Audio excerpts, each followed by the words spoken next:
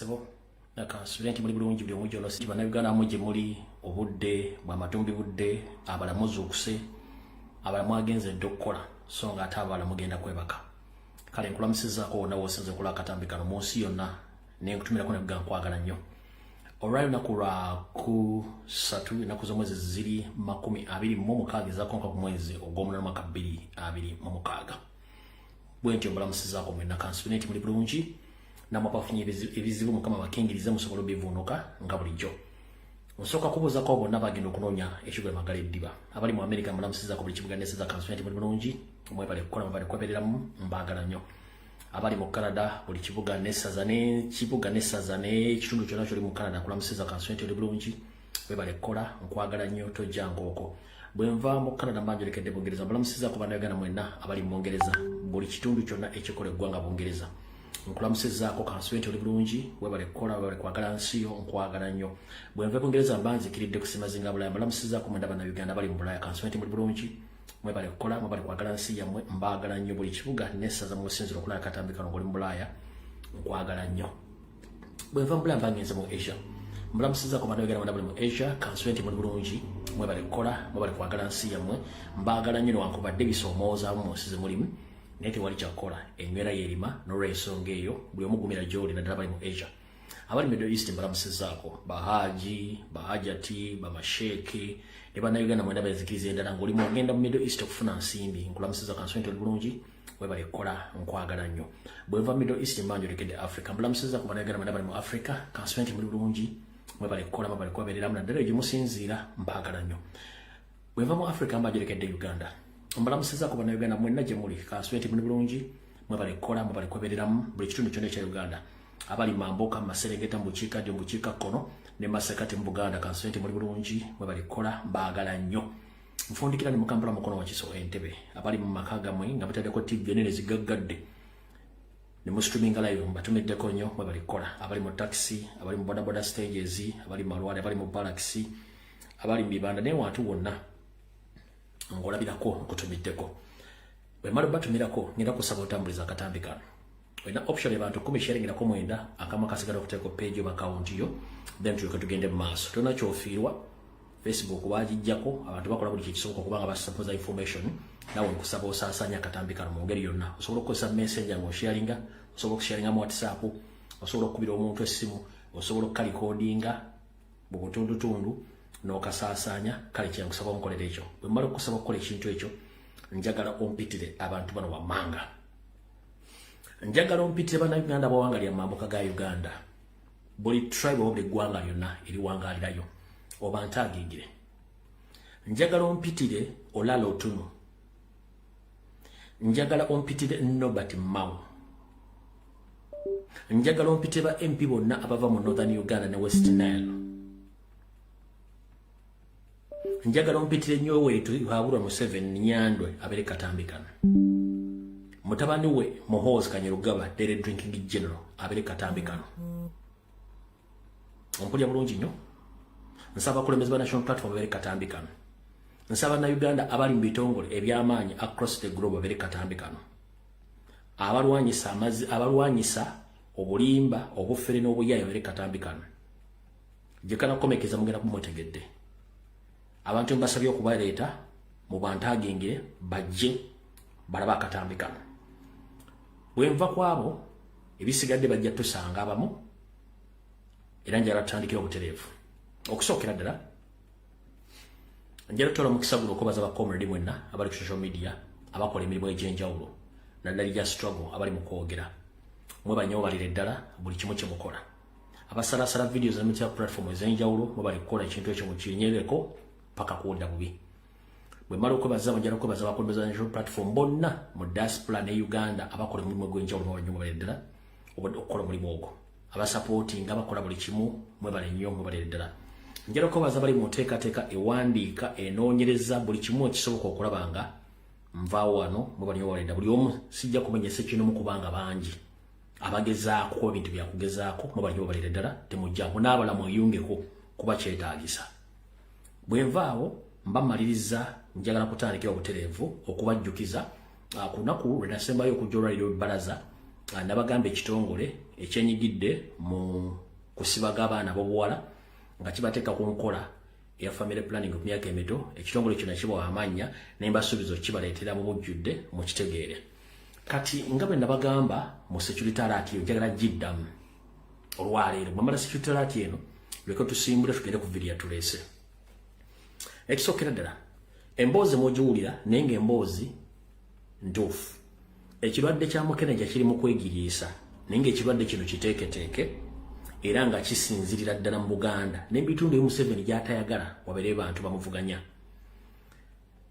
Era ekitongole kino kye nabagamba njala sooka kibalaga mufune amannya gaakyo amatuufu nga wookirabira ewantu wonna ku kyalo kyo nga kizzeewo mmanya kyekitongole ekyo ekiri mu kwagala okutambuza okusibaga abaana bammwe.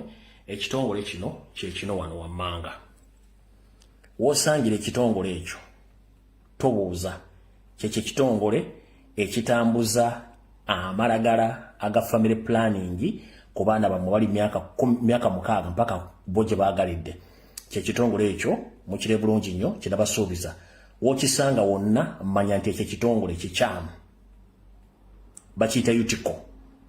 Ekyo ekitongole bakiyita yutiko, kitongole kikyamu. Emirimu gye kikola tetumanya nakisasula naye ng'emirimu gye kikola kye kitongole ekiri mu kwagala okusaanyawo abaana bammwe ab'obuwala nga kibakola ki kibateeka ku nkola ekizaala gumba ku myaka emito nnyo egitakkiriza kubanga kikola ekintu bakiyita yutiko. Kyonna wookirabako mu Buganda nga kizze be masaga ng'eggongolo esiba akabugo abo mbakube bukubi miggo. Kyekyo kitongole okitegeera bulungi nnyo. Kyekyo ekitongole kyembagambye mubeere nga mukimanyi bulungi nnyo. Kati bwe mmala obbagamba ekitongole ekyo omulimu gwe kiri mu kukola ogw'okuba kiteeka abaana bammwe ku nkola ekizaala gumba ku myaka emito. Kati ate kantu baviire wano ku ntono mmala obbawa message eno mugitegeere bulungi nnyo ku bigendero bya Museveni ne banne okusaasaanya ekirwadde ekya mukenenya. Buno bakangira busoma mu Lungereza mukitegedde bulungi nnyo kubanga ne banyonnyola luli engeri gye batambuzamu obulwadde buno. Ne kati kambo message eno yawandiikiddwa omukugu mutegeere esoma bweti. The state using Banyarwanda to spread HIV project started some time back. Nti Nyando Yosoferiti bahabulwa okweyambisa Abanyarwanda okusaasaanya obulwadde bwa siriimu.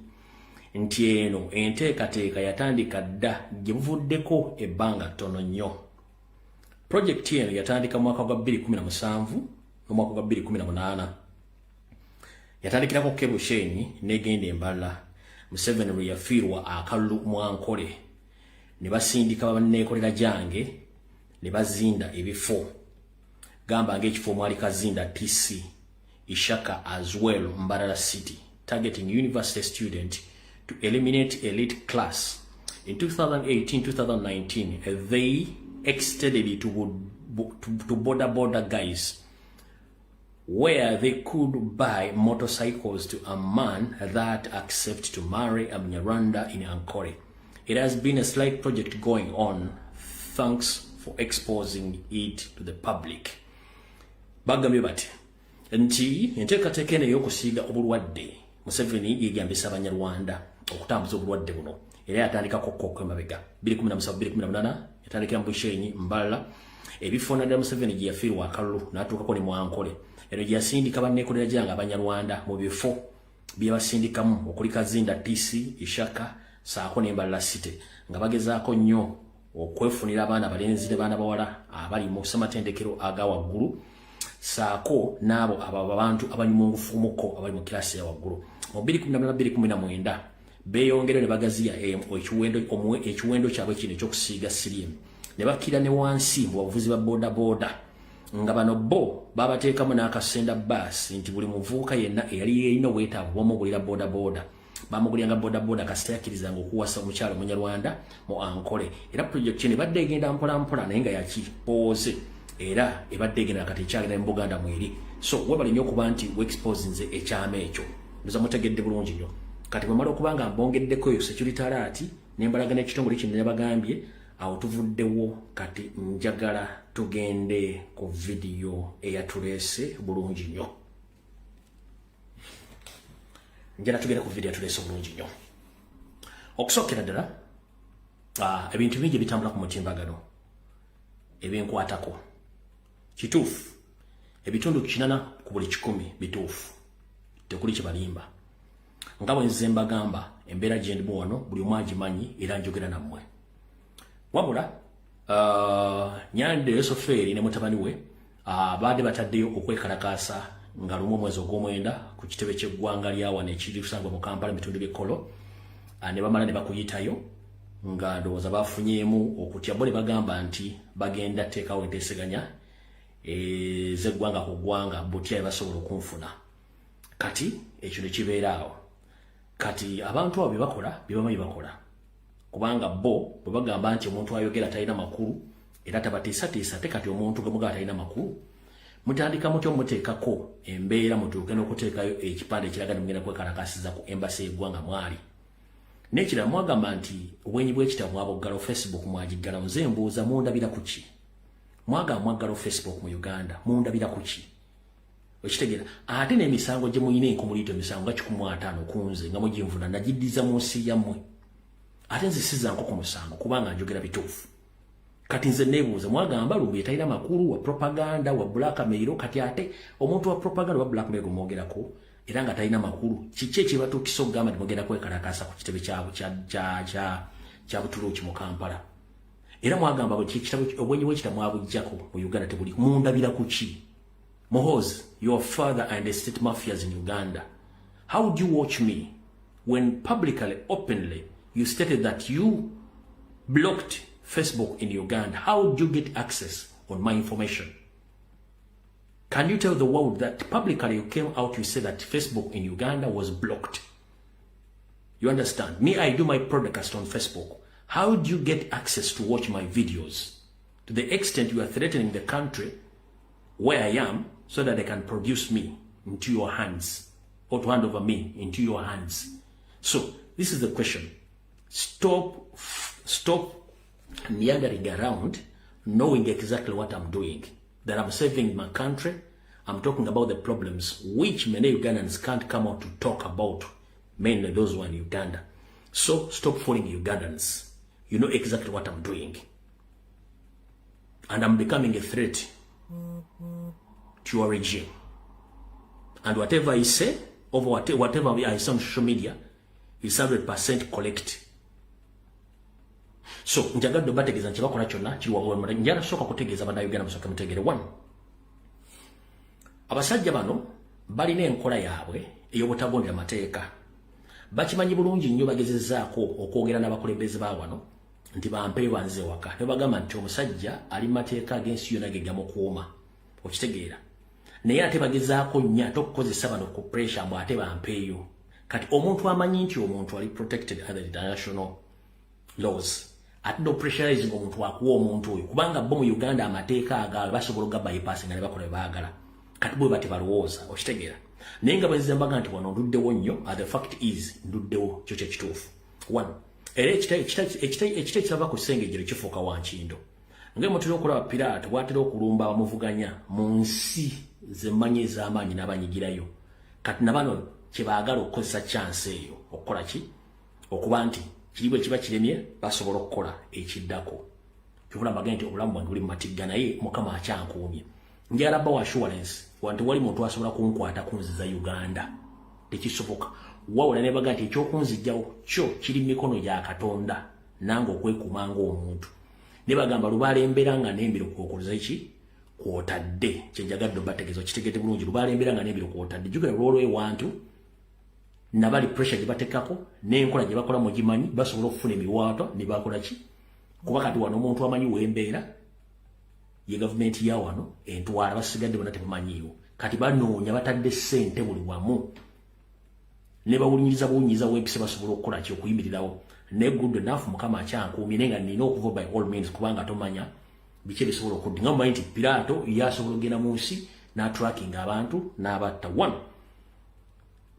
Ebyokwerinda dde babikuwa n'ebitandikirako ggwe ng'omuntu. Gw'olina okumanya osula otya, otambula otya, bani bodiringa nabo oyogera ne bani diluobera mu kitundu dola kibadde mu bani bodiringa nabo njala ba assurance Uganda ni community najivamo emyaka mukaaga bweddu sina mwino gane gwe associating naye sirina kintu kyonna nebera mukasisira kange ng'omuntu nebera mukasisira kange ng'omuntu okiragala bulungi nnyo kyovula olumusirika ne mulanga temundebe nga nsirika nkyafumba muto guno ngokwasaganya naye nga nawo omuntu okubeera ng'oli bwomu bintu bingi bikubeerako naye nga nze Uganda community najivaamu dde emyaka mukaaga simanyi ne bafaanana mbalabule ku social media kati so security atandikirako ggwe bw'oba oli munywi wa mwenge bw'oba ogenda mu bbaala bw'oba ogenda kuba maada bw'oba ososeringa ne bannayuganda gw'omanyi kubanga batadde ssente buli wamu nze nsula mbisusunku nze mmanyi bw'embeerawo mukama kyankumi so that is it naye lubaala embeera nga n'embiro kw'otadde okitegedde bulungi nnyo so byebyo byenjagadde obbaga njagala mubeere bagumu naye nga bumuteekamu amaanyi obula nabasabule muna Uganda yenna ali mu kitongole kyonna eky'amaanyi okusobola okuba nga akola kyakola nve nga nvaawo ekituufu kiri nti akatabo ko nakeenenya passport ya Uganda nagyenenya nagivaako bulijjo eri abambuuza owaaye nga ogamba nti bakuuma passport biki yes passport baginyima era nengivaako njagala bawa proof eno wadde nga yaddako mwena amanyi kyebayita mwena mumanyi bulungi kyebayita ki kyebayita application bulijjo bugimbuuza tulage proof nti bakuuma passport okire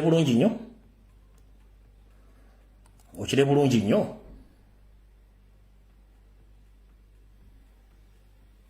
kanza mutegedde manya abantu ambebuza amagezi ate alimba kati yo njikulaze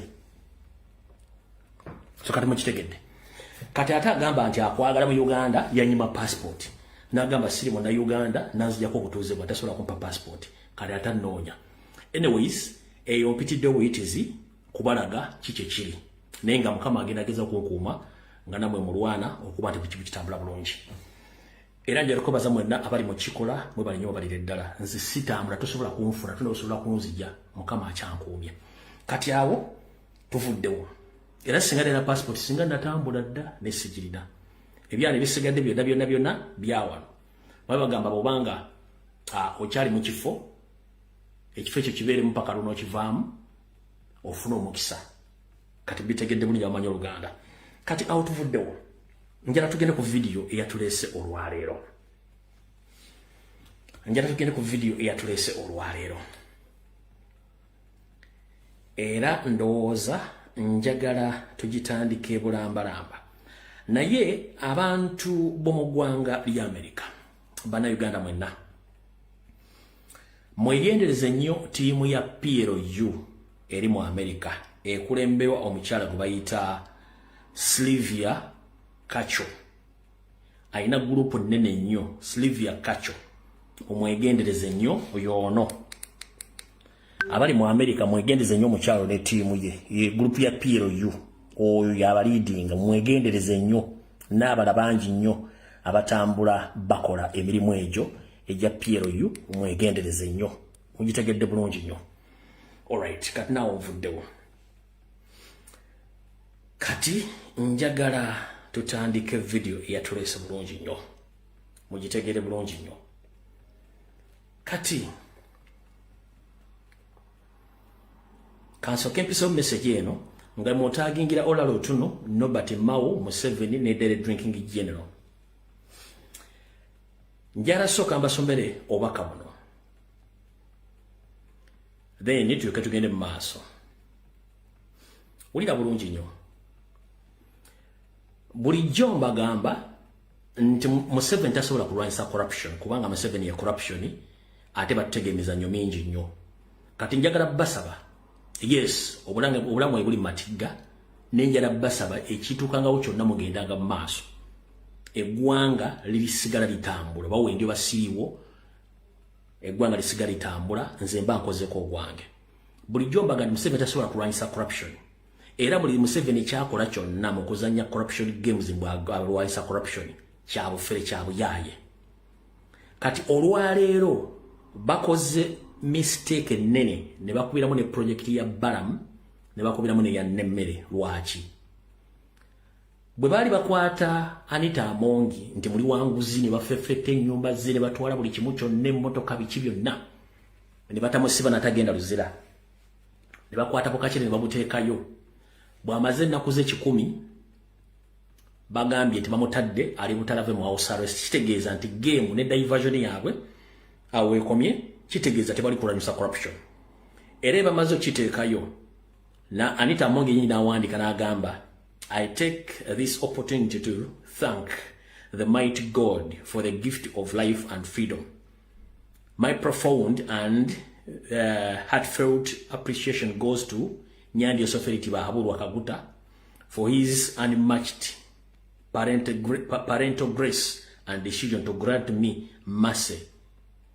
Olida kati bobo olidanga omukazi yali mubbi nga besereza parliament akoze buli kimwe kyetaagisa okukola nga babba sente eno sindika bala magere ku ground yarwanyisa corruption atenga omukulu wa corruption mu Uganda omu ku babbe parliament omutadde who is fooling who nabagamba mwegendeze nnyo diversions Museveni creatinga nga akulietinga diversion politically okumuyamba n'okulwaga nti alwanyisa enguzi teri kulwanyisa enguzi mu Uganda bano ba mafia kati yogambye Anita Amongi yawedde balina okulietinga diversions ez'enjawulo okuteekawo ebintu ebyo ayinza okulowooza nti byenjogera nze mbyesomera njagala kakulagako wano ng'obudde bukyali okale bulungi nnyo okalaba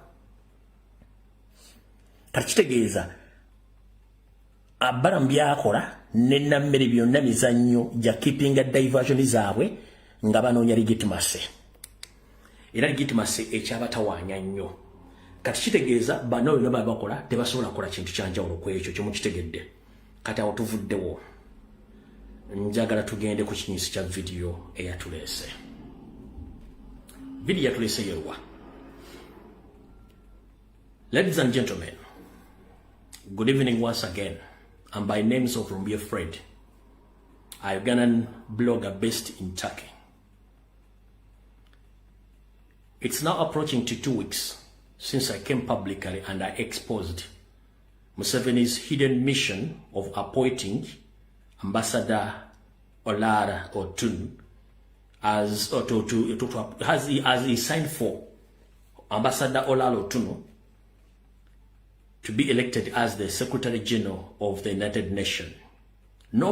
Some people knew about it, but unfortunately, they took it for granted. But unfortunately, Museveni had spent billions of money by paying lobbyists and some government officials who are moving around with Olara Otun across the world with their hidden mission. You know, sometimes people, they take long to understand how Museveni operates, but I myself have taken some period of time studying Museveni and how he operates. Have been watching social media, more especially from Uganda, some individuals from northern Uganda, they have been sent by Salim Museveni and Bohos to counterattack my information, which I provided to the public about the hidden mission which Olara Otun is carrying indirectly without the notice of Ugandans. First and foremost, I need to be clear to the public. My brothers and sisters from northern Uganda, I'm not an enemy to Uganda, and I'm not an enemy to my brothers and sisters from northern Uganda. No. What I'm doing is my constitutional right. And I haven't yet talked about the tribal statements that I'm fighting Olara Otun. I'm not fighting Olara Otun as a person. I'm fighting the hidden mission which was given to him by Museveni.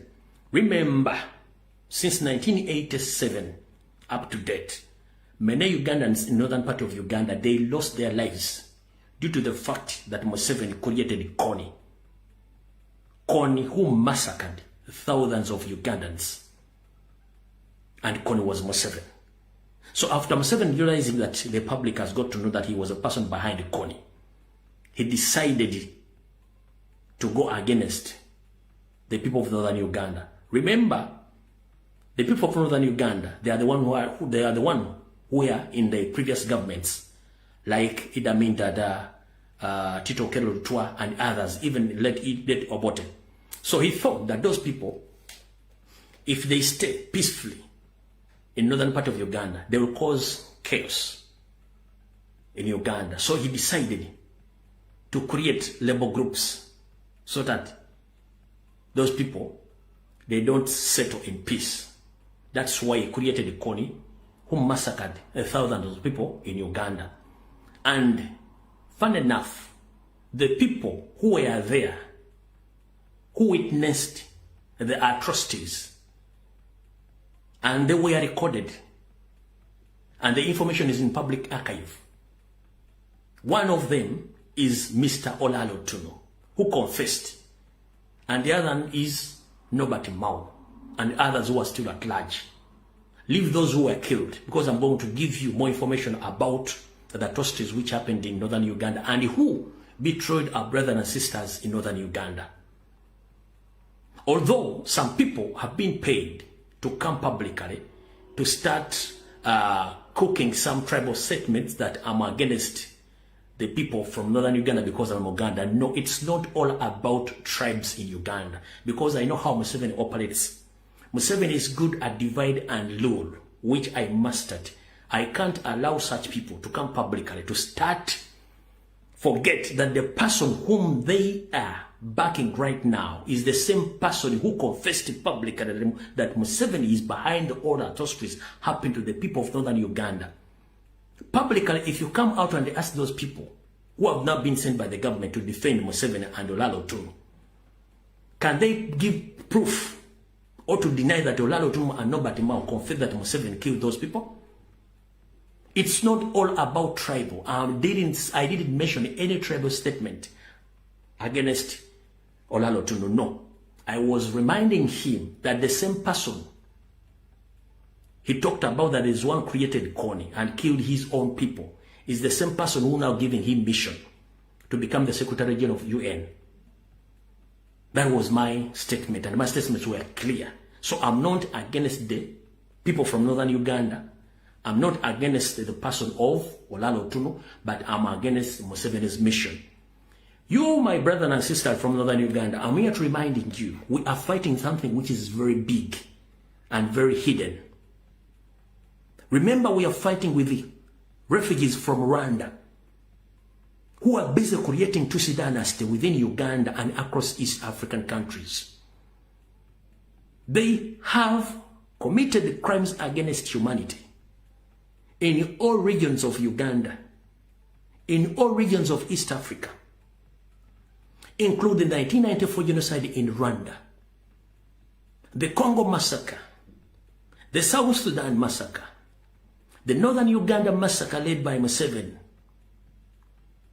the Alice Lakwena, and other rebel groups, including the ADF, which operates in Congo, which keeps on terrorizing people in western side of the country. You understand? So I'm not here to praise each and every person when I'm speaking the truth with the evidence. Ambassador Olalo Tuno, as a person, I don't have a problem with him. But what he's carrying on, which was sent by Museveni to do so, is what I'm fighting, or is what I'm trying to fight with, because some people, you don't know how Museveni operates. I'm going to give you the full information and you'll get to know. As I begin this video right now, I'm going to replay the video of those people I've mentioned who were there, confessed, confirmed with the evidence that Museveni was the person behind Kony and the person who killed the people in northern Uganda, and the same people right now defending Museveni. Don't you see that they have betrayed you? Right now, Museveni is giving you man and Salim Sari to come out with the tribal statement that I'm against the tribes of people in northern Uganda. No, that is a huge mistake. I haven't mentioned any kind of tribal statements about the people from northern Uganda, because I'm the same person who have been fighting for a long period of time to defend and to expose Museveni's mission in northern Uganda. So I can't go against my fellow Ugandans who suffered many years without knowing a man who was behind in their sufferings, and that is Museveni. And the people who stood to challenge Museveni some time back, the same people now eating with him because they were paid off, and some were intimidated because you don't know how Museveni operates. Let me begin with replaying the video which shows the evidence that the people I'm talking about who are now working with Museveni are the same people who confessed with the evidence that Museveni is the one behind Joseph Kony.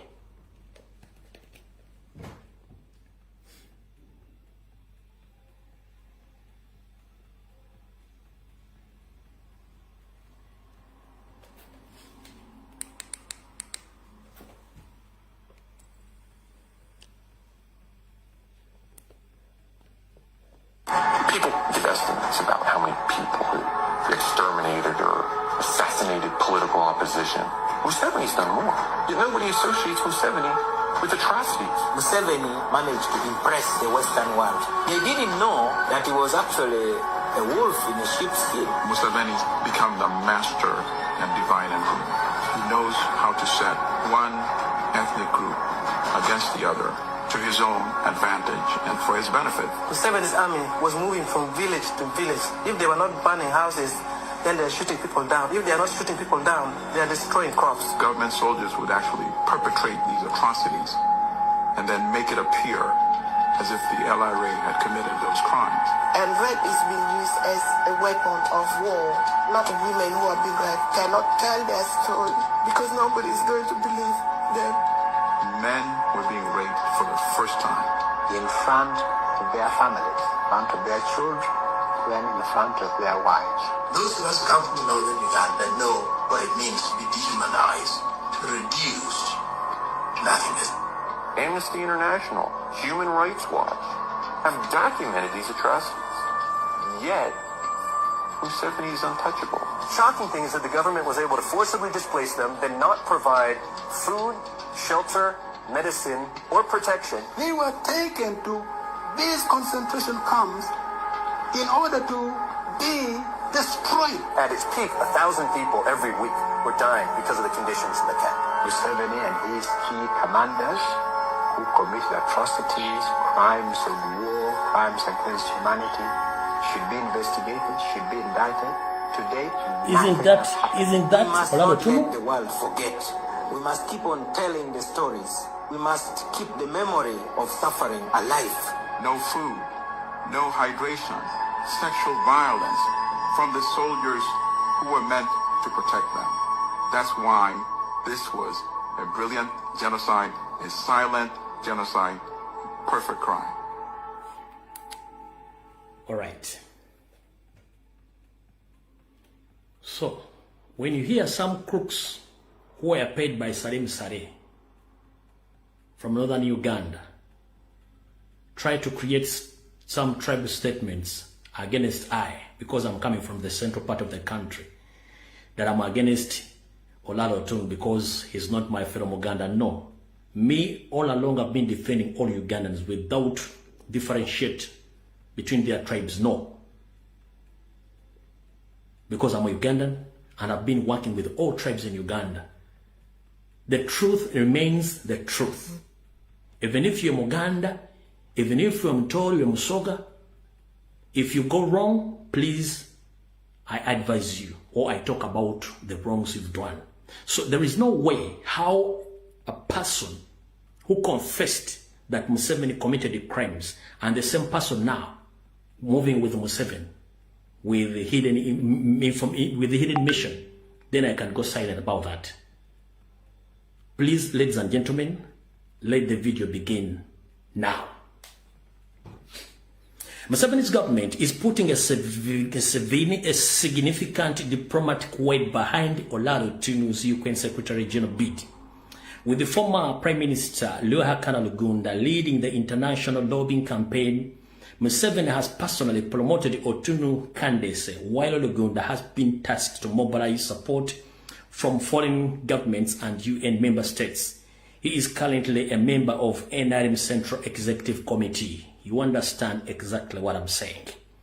So, now, as I promised you that I will expose Olalo Tunu and Museveni at your go, Listen very, very, very carefully. When Olalo Otuno pursued to be the next General Secretary of UN, Museveni didn't sign for him, but instead he supported another person from South Africa. He left out Olalo Otuno because he knew Olalo Otuno confessed that Museveni was behind all atrocities. During his tenure, when he was still working under UN, Olalo Otuno was tasked on several occasions to benchmark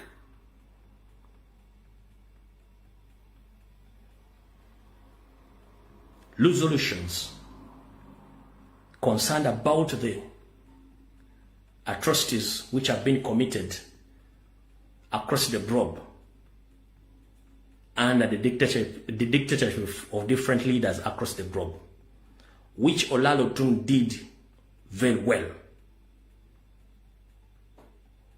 But unfortunately, time reached when Olalo Otuno is supposed to finalize his work. He was asked to make a final decision where the UN actions are supposed to be made or to be focused. You know what Olalo Otuno did? He talked about Museveni in his resolutions, but when it reached the time of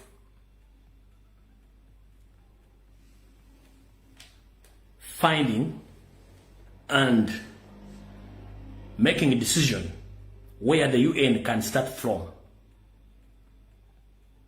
he removed Museveni from that list. He started with the Sierra Leone. You may ask yourself why Olalo Otuno skipped Museveni or skipped Uganda and focused to other countries, mainly because he started with the Sierra Leone. Do you think Olalo Otuno was stupid? No, because Olalo Otuno, I don't know what happened to him. I'm about to give you the information of what he did. Listen very carefully.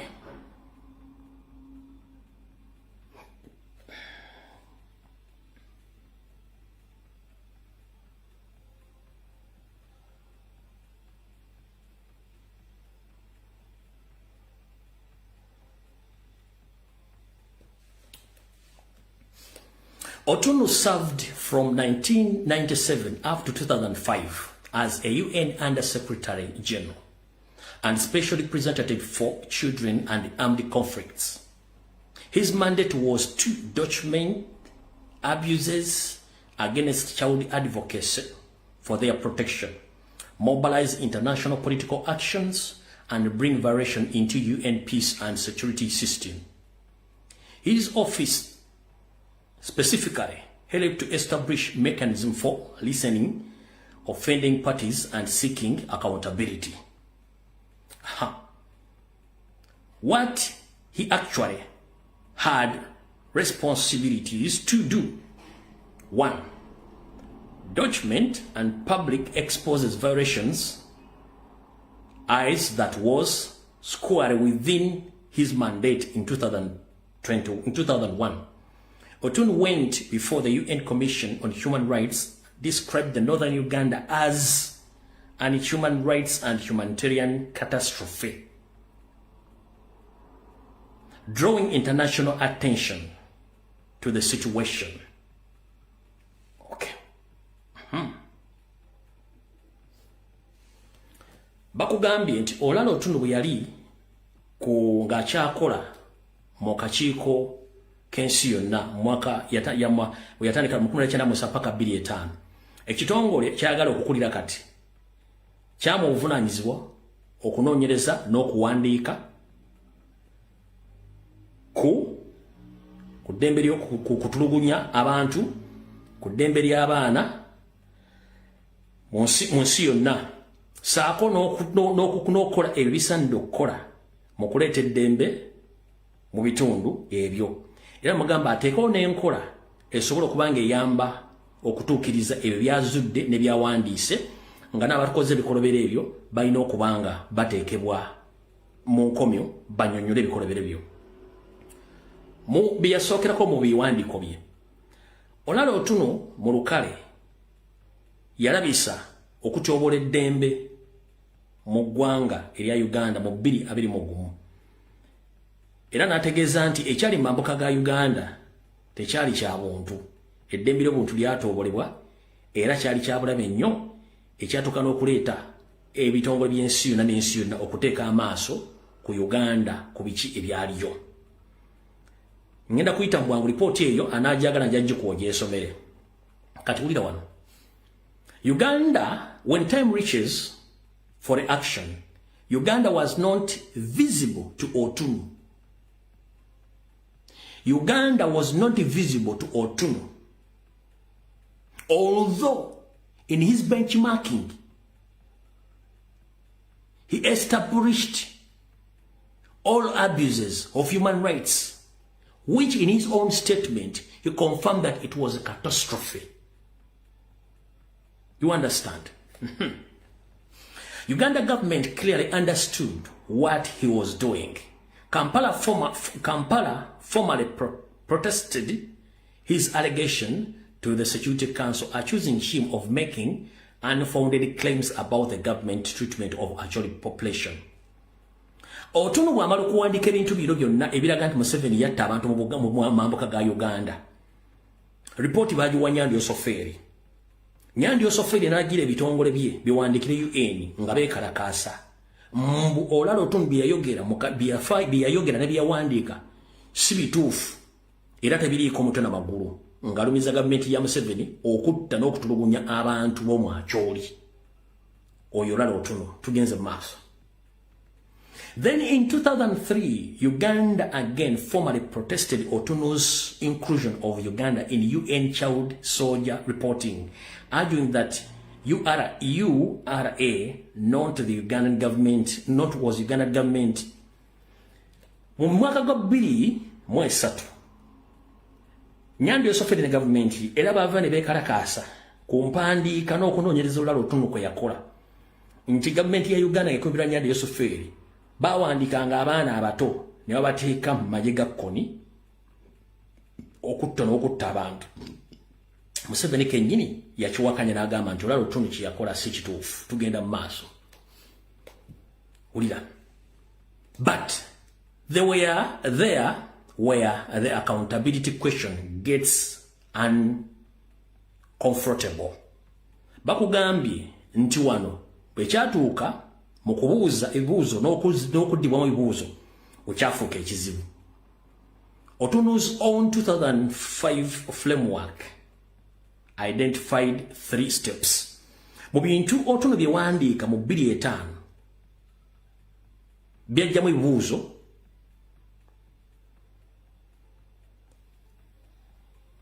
era ebibuuzo bino byajja mu ngeri ya mirundi 3. Wulira bulungi nnyo. The names of the offending parties, hold them accountable through concentrated targeting measures. 3, creating monitoring mechanism and capable of targeting actions. Okuzuula amanya gaabo abaali mu kitta bantu mu mambuka. Ekyokubiri, okufuba okulaba nga abantu abo bakwatibwa baleetebwe mu lujjudde oba mu mateeka bannyonnyole. Saako n'okulondoola enkola egenda okukozesebwa okuteekawo ebikolebwa oba ebikolwa mu kukwatisa amateeka ku bantu abo. Tugenze mu maaso. He was there not merely advocating awareness, he was advocating an enforcement. Yet the strongest version of the architecture, Security Council Resolution 1612, was only adopted in July 25. Essentially, at the end of his tenure, it It created the formal monitoring reporting mechanism and provided pathway for actions against listed offenders. Omwami ono ganatira okuwummula emirimu gye mu kisanja kye mu kakiiko akakwasaganya ebyokwerinda mu UN mu kawaayiro emu 612 kasinzirako ebinyiri bye yagamba mu mwaka gwa 2005 ne kagamba kagenda teekawo enkola ey'okunoonyereza n'okuzuula n'okufuna ekkubo bwe bagenda okussa ebikolwa mu nkola eyo naddala eri abo abakola ekyamu ku bannayuganda. And Northern Uganda had not been brought into enforcement system in the way the situation already on the council agenda had been. That's the strongest criticism you can make from the evidence. Bagamba nti mambuka ga Uganda ebikolwa byo ndebyakolebwa tebyaleetebwa ku mwanjo mu nkola olala otumujja yateekawo naddala mu mbeera eyaliwo nga bo abakakiiko ke bali baagala ebintu ebyo bigende bulungi nnyo ku mmeeza bafune ki ekyokukola mu nkola ey'okuleeta abantu abakola ebikero biri ku mmeeza. Bw'atabikola wattu ate byalaga kifaananyi kirala. Mukitegedde bulungi nnyo ekintu ekyo. Nkyalo bafiira ku ntondo then ndyokengeremu information eri wansi mugenda kakasa byenjogerako nti bano abasajja baali baatunda dda ebintu bino olw'ensonga baagaana okutegeera.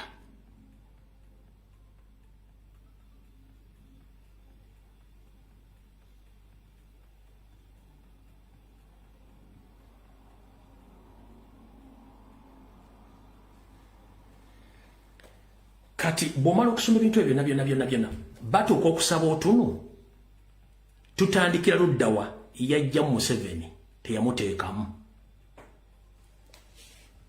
Bwe yajja Museveni atamuteekamu kati wulira ekyaddako.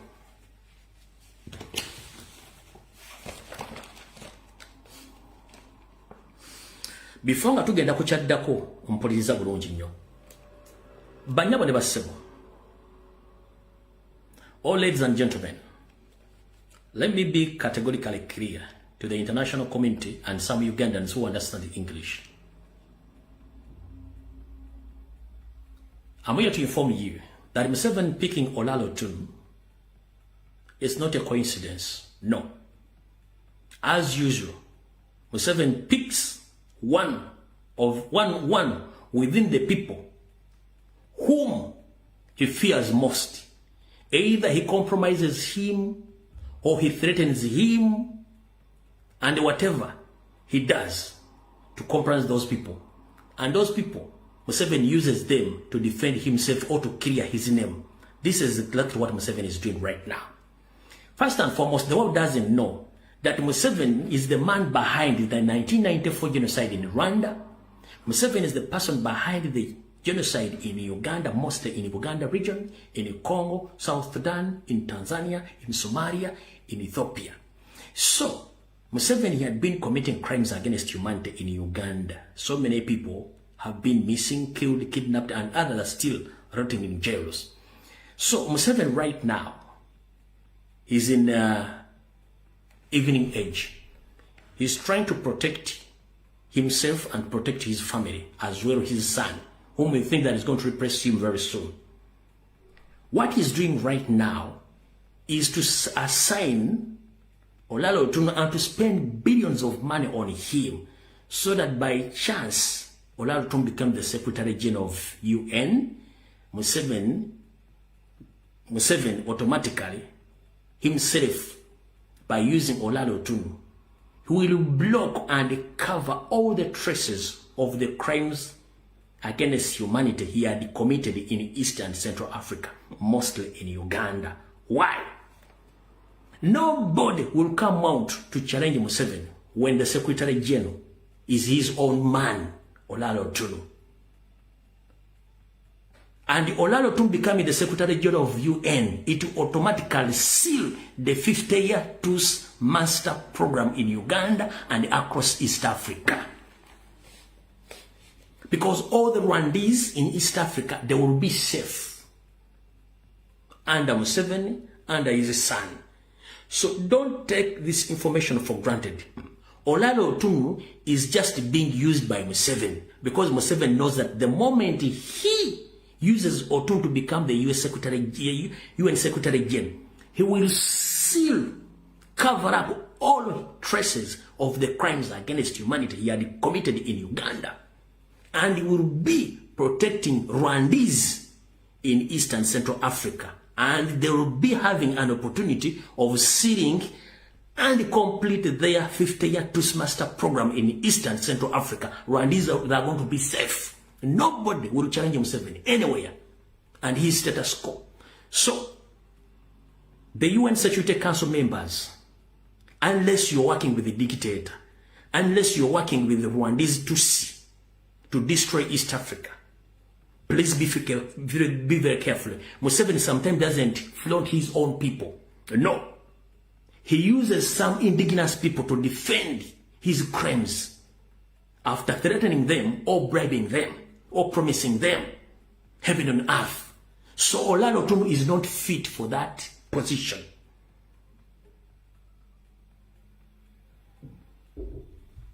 He is not fit for that position. If you are genuine, the member of the United Nations Council or UN General Assembly, does Olalo Otunnu has the financial muscle to finance his campaign? Genuinely? Ask yourself, why is this at the particular time Museveni decided to sign for Olalo Otunnu? When that gentleman Olalo Otunnu was still young and energetic, Museveni failed to assign him. Then Kofi Annan comes in. Because Museveni wasn't certain that Olalo Otunnu at one time will come on round table with Museveni and they settle their differences. Museveni knows now anytime he can die. He wants to get someone who can defend and cross all the traces of his crimes and to defend his son. And the right time is now. That's why he flaunted Olalo Otunnu. That's why Museveni has deployed many lobbyists, more especially from the Western world, some Asian countries, and some his former political advisors, and some his big advisors like Harwakan Lugunda and others to escort Olalo Otunnu whenever he goes, to clean his path so that he can be elected as UN Secretary General. Museveni knows what he's doing. So my friends from northern Uganda, I'm not at war with the person of Olalo Otunnu, no. I'm at war with what you don't see and what you don't know. 1 week back, I asked you one question. Have you ever asked yourself why Salim Saleh is in northern Uganda? Why the Banyarwanda have taken over the northern part of the country? Why is it that every person in northern Uganda is quiet? And some those who were so vocal to defend the people from northern Uganda, all they're quiet right now. Because Museveni and his brother Salim Saleh, they penetrated, they infiltrated the country, most especially in northern part of the country and in West Nile. Now they are controlling that area. So if you see someone from northern Uganda go against Lumbuye, that Lumbuye is trying to create trouble statement against Olalo Otunnu, no. I'm just telling you exactly what you don't know and what is behind Olalo Otunnu. So here are the facts now.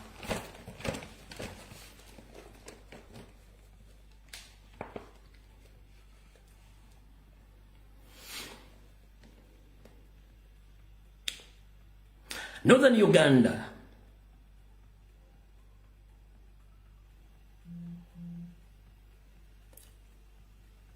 is part of the country called Uganda, which has faced a lot of wars back and forth. And those wars were created by Museveni himself, whereby he created Kony, he created Alice Yakwena and ADF. So, the people who witnessed Museveni's crimes. They are the likes of Nobati Mao and Olalo Tunu. I've played the video which shows exactly what I'm saying. So my concern is, you've been knowing that Nobati Mao, all along he had been camouflaging in opposition, but actually he was an agent of Museveni all along, and he was tasked to destroy Democratic Party, which he did. Thereafter, he was contracted again to fulfill Museveni's mission of cleaning his name of what happened during the Koni's war in northern Uganda. Museveni first convinced Nobati Mao, Museveni first contacted Mao, whom later he appointed him as his minister in his cabinet, and later contracted him to follow whatever was put on Museveni during the Koni's war.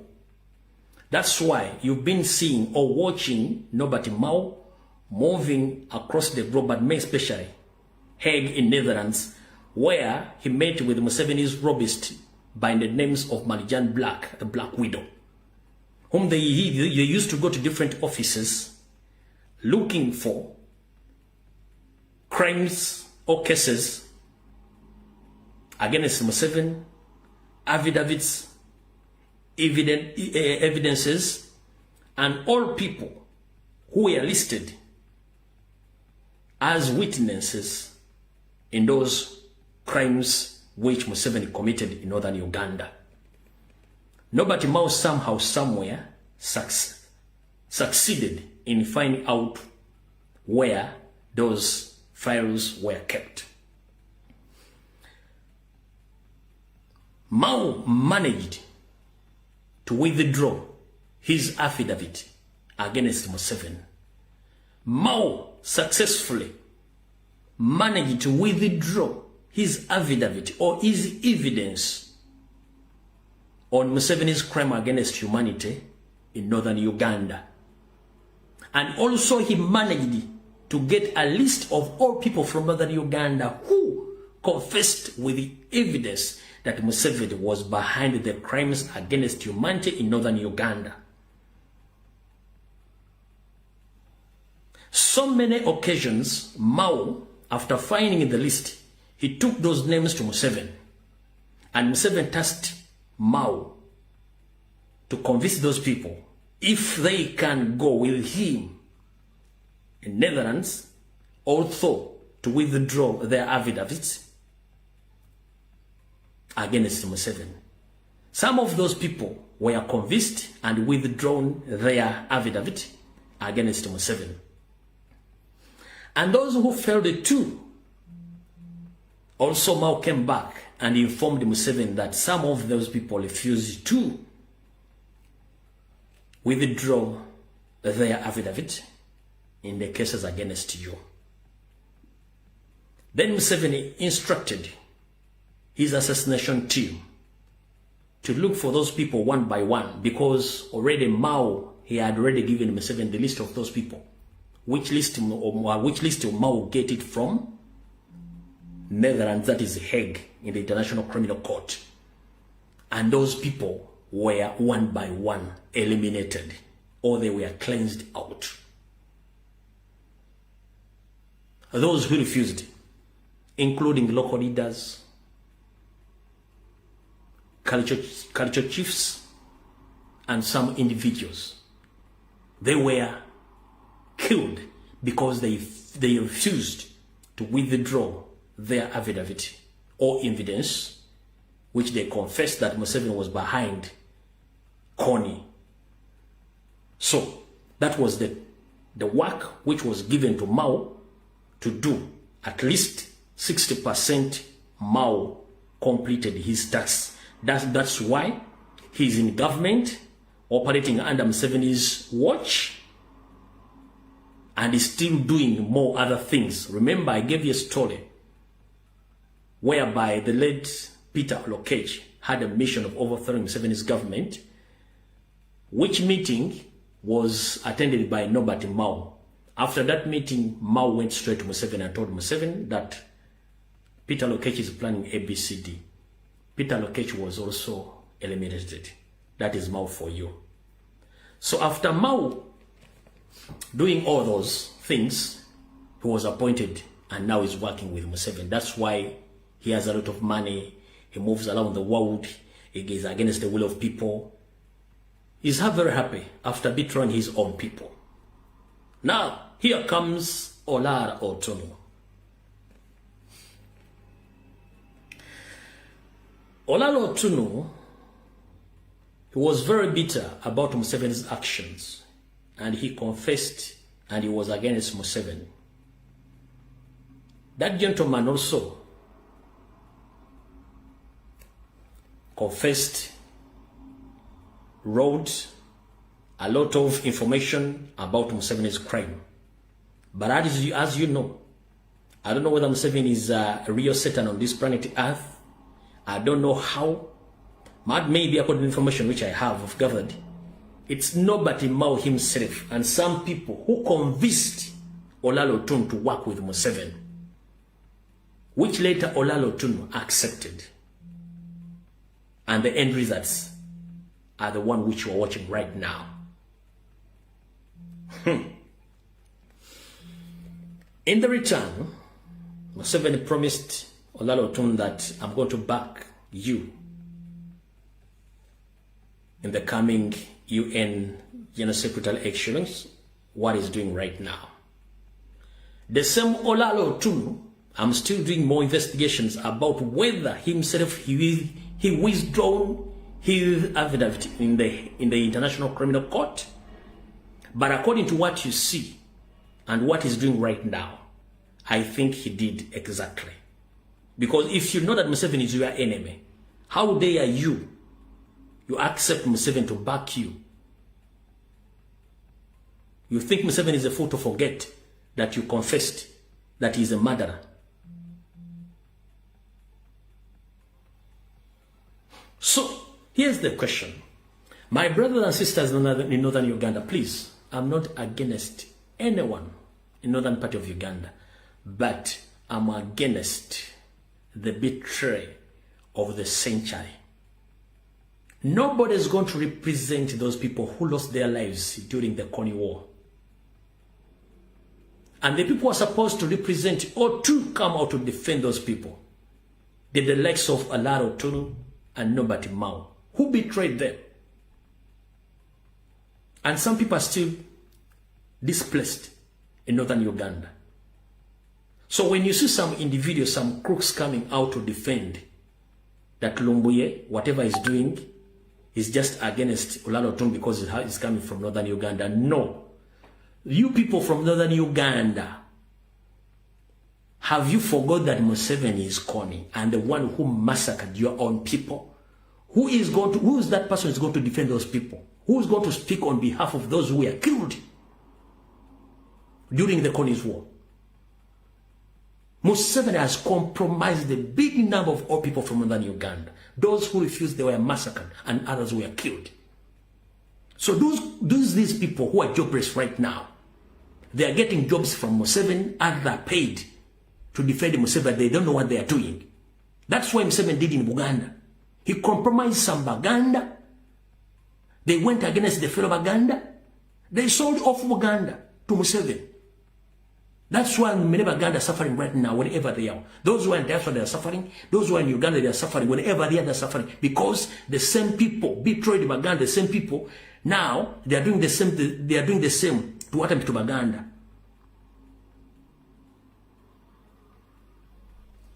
So,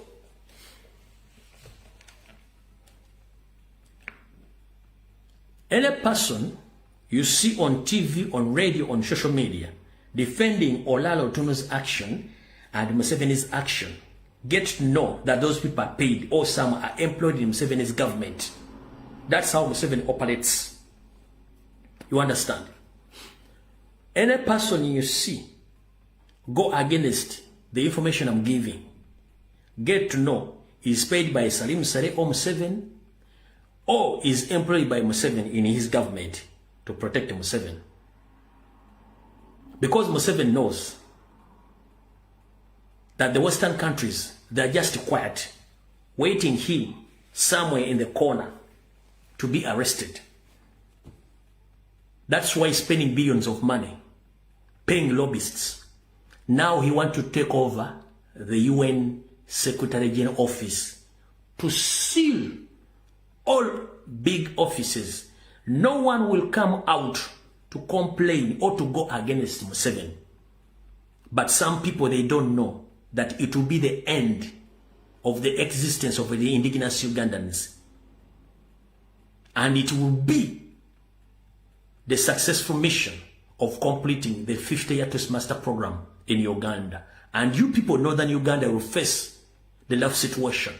Because with Uganda, we can come publicly and we condemn and we talk about these problems. But you, the big number of people in Northern Uganda, you are quiet.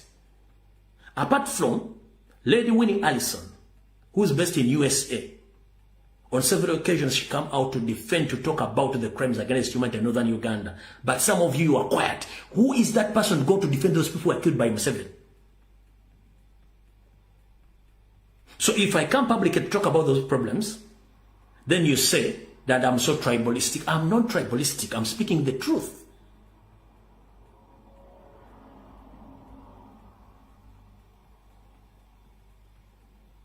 Why are we against each other? In defending the refugees from Rwanda, we've been telling you the history, the right information about Museveni's group. These are not Ugandans. These are refugees from Rwanda with their hidden mission of taking over our country. That's why they mastered in recruiting forces and buying weapons of mass destruction. For what? Do we have any internal war or internal conflicts? No. Why is it that every time that gentleman recruits army, purchases weapons of mass destruction? I think there are two people. That is our brother Strike Machine and Lady Winnie Allison. Those just two people, they're on social media talking about the crimes against humanity in Uganda, more especially in Northern Uganda. The rest are quiet. Strike Machine and Lady Winnie Allison, who is based in USA. They're the only two people to the entire population of people from Northern Uganda, and they are quiet. Why? So when you see some people from that area start talking, Lumbuye, I was trying to create a tribal differences. No, no tribal, because when I come here publicly to talk about politics, and when I come publicly to give out security alerts, I usually give, because it is my constitutional right to defend. Now he's trying to bring someone from the same area to defend him. Because he will tell the West that, you know, these people that are just blackmailing me, this is the person from that area. He's the one to get to tell you the story.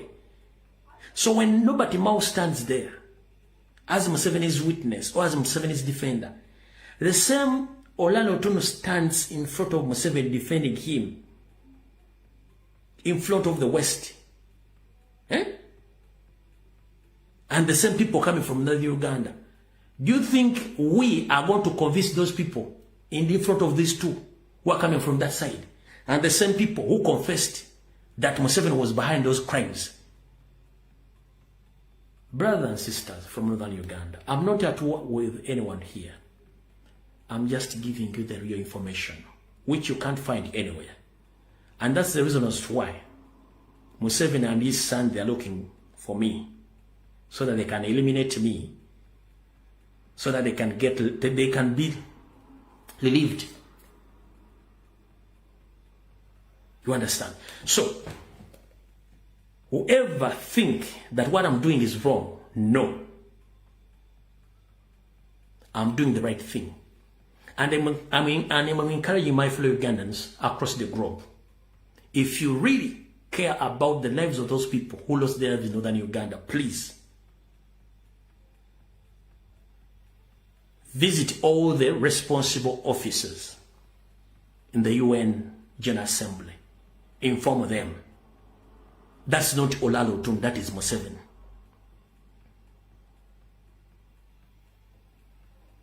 Reach in each and every office on their Twitter handles, inform them. Spread the information. Most of those brothers and sisters who are new in diaspora, you can reach in those offices. You can also reach them via their social media platforms, including Twitter, Instagram, Facebook, YouTube. Their email addresses are there. Please contact them. Tell them that Olalo Otunnu is not a suitable candidate.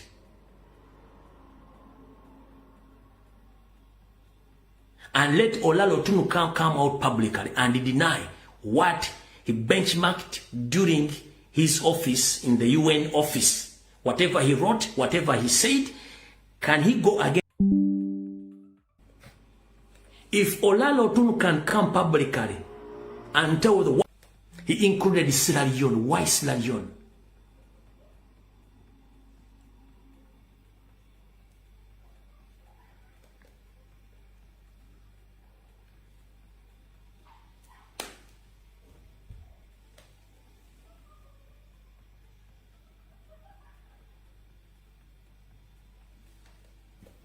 Please make sure, if you're a person fighting for freedom and you're a person in this revolution, the way how to defeat Museveni is to stop Olalo Otunnu's candidature.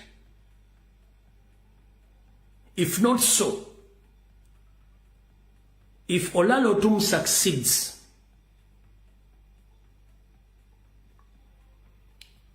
with the support of Museveni, everything will be done.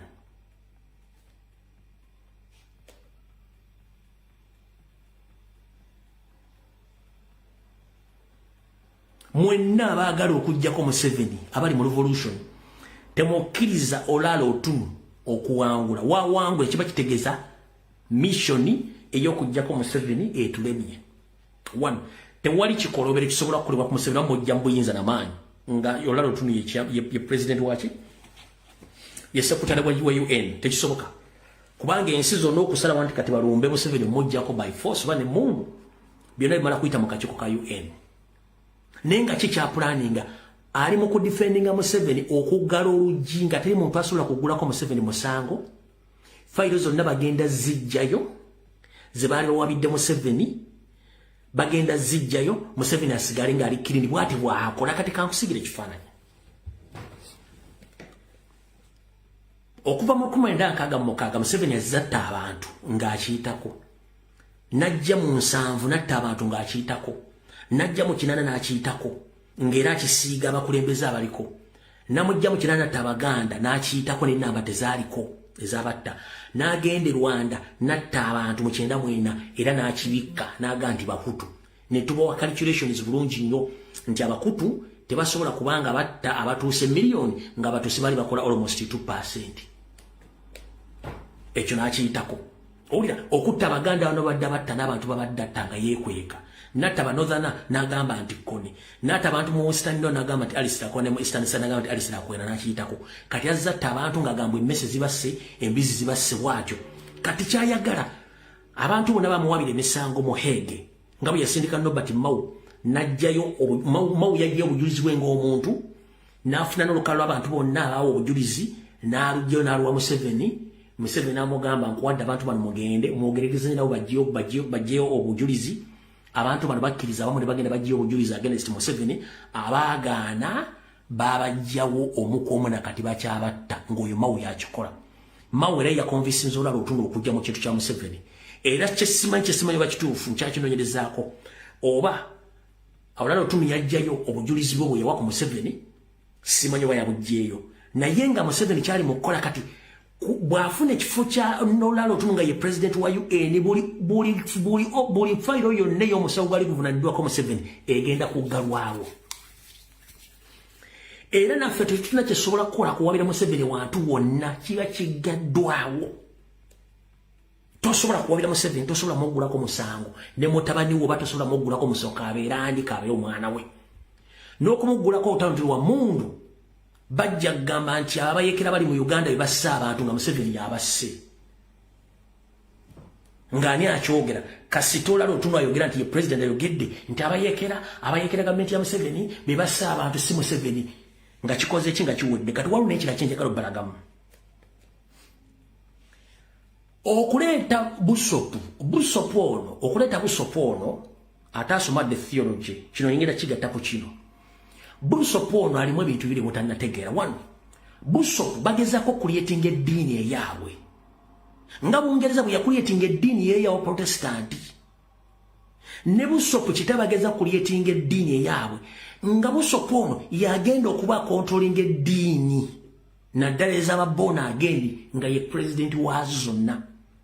One, nga ne wabawo ekizibu ekigudde mu Uganda nga Museveni akikoze busopu ajja kujja gavumenti ebyo balimba anti kati mwana wa Museveni bwagamba nti balimba ani agenda okuwakanya nga bisopu yayogedde wa Uganda ng'ayogedde ng'adifendinga kitaawe nkiboogera balimba katugambe papa agambye nti ekyakoleddwa si kituufu waliwo omukatuliki asobola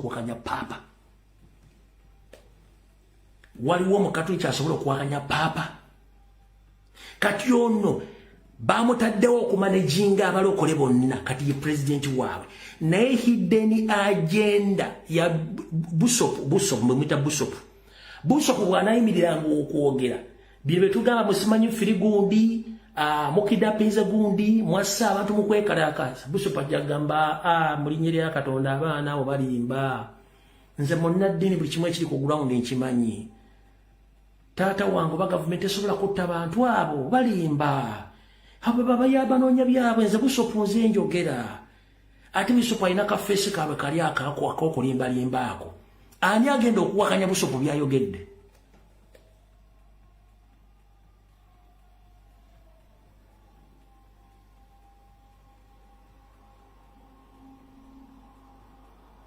ani agenda okuwanya busopu byayogedde ebyo mutemumanya bintu bintu tumunamanya bintu bino mawulire gabiri munda kyekyamuteesezaawo ye busopu waabwe oyo Museveni tabala kintu kyonna nga tagenda kifunamu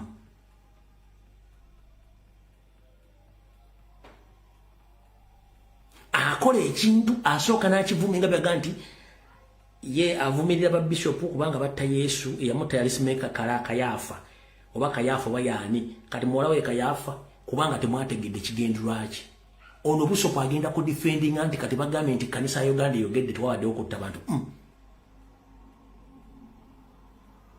waliwo asobola okuwagana kanisa ya Uganda ng'eyogedde katuze kulala otumu nemba mugenda kukola ekintu kyonna nga kirimu okujja ku gavumenti n'amaanyi buli muntu attibwa olala otumwajaga nti abo bayeekera gavumenti esobola kutta abantu bayeekera bassa abantu abo ate abayeekera bakulemberwa gundi era tubatuume nti ekikibiina kyabatujju nga bakiteekako abatujju temukiwulirangako wate mukimanyi kyangu nnyo n'omugenzi Nelson Mandela Madikizera abazungu bamuyitako omutujju ebbanga lyonna nga kivaani mu UN mu Amerika kamalira okunywa ku mazzi abatakitegeera akimanyi kiwandiike kaawa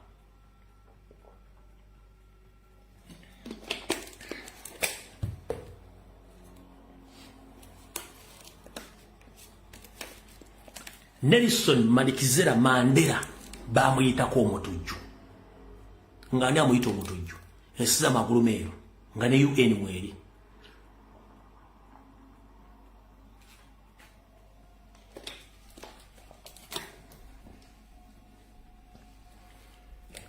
amala kuwangula yabalakaga musajja mugumu nnyo musajja alwana n'eddembe ly'obuddugavu era omusajja ono naggwano katumuzimbe mbi statue tumuwe ensimbi atambule eggwansi ambule ensi yonna naye nga basooka muyita ki mutujju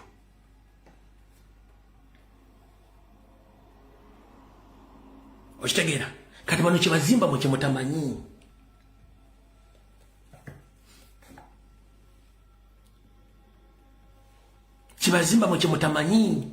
kati ye Museveni kyafa ateeke wali olala otunuka sitaafu ka sekretary general kapa mwenna ababa bamaze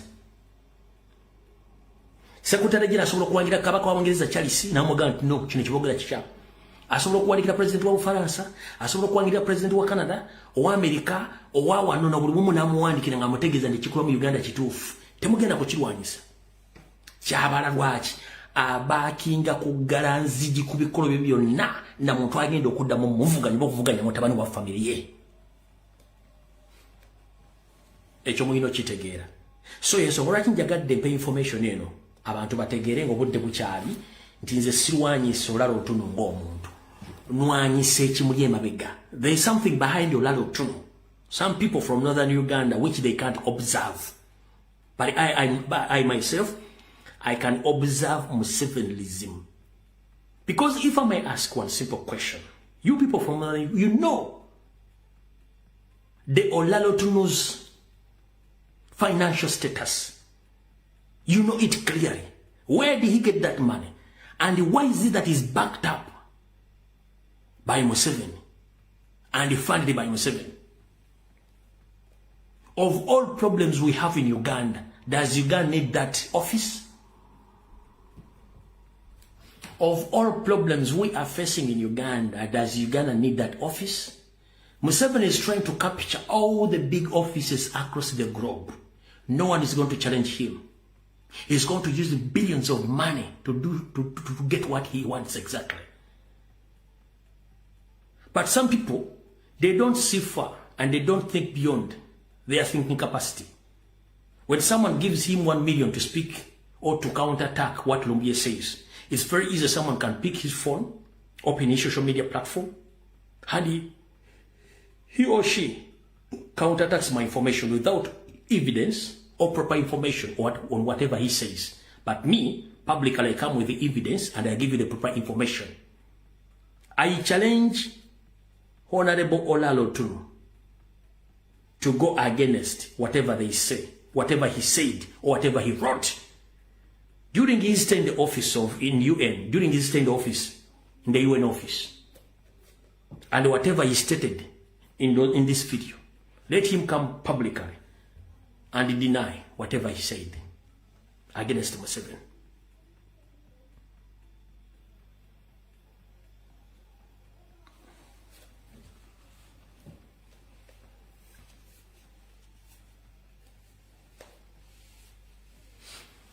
The end game, the moment Museveni secures the UN General Secretary seat, it will seal the 50-year Truth Master Program in East and Central Africa. No one will condemn him if he invades Congo again. No one will condemn him if he invades South Sudan, or when he invades Kenya, or Tanzania, Rwanda, or Burundi. Because he will be the one using Olalotuno to recommend or to defend. So now you are backing Banyarwanda. Some with the beards, he refused to shave off his beards. Style like Annie Oss coming out with the tribal statements. Please style up. If you don't see something, me, I can see that something. That's why I come publicly to inform you that please, the person you see is not Olalotuno. For you can see that it's Olalotuno. That's not Olalotuno, that is Museveni.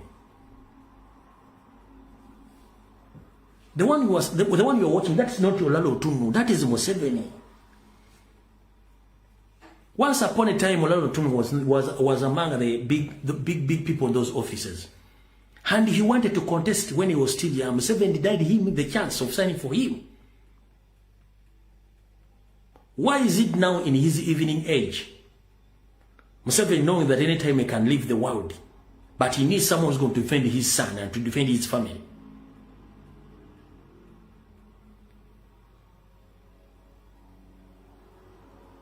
Bane bakubiriza omulanga mwenda mugende ku Twitter. Banange muve ku diversion za Museveni ziri ku social media, mugende ku Twitter. Bagenda tukuba omupiira. Mu Northern Uganda eriyo strike machine. Eriyo ne Winnie Allison bantu babiri abaliyo abasigadde bonna baafa okuzika kwaggwa. Nkiddamu mu Northern Uganda tulinayo abantu aba Winnie Allison omukyala mu America tuyina ne strike machine abasigadde bonna bafa n'okuzika kwaggwa. Nobody can speak for those people. Everyone is quiet. We just have two people. That is Comrade Strike Machine and Winnie Allison. Those are the two people who can publicly come and speak against Museveni. The rest were compromised.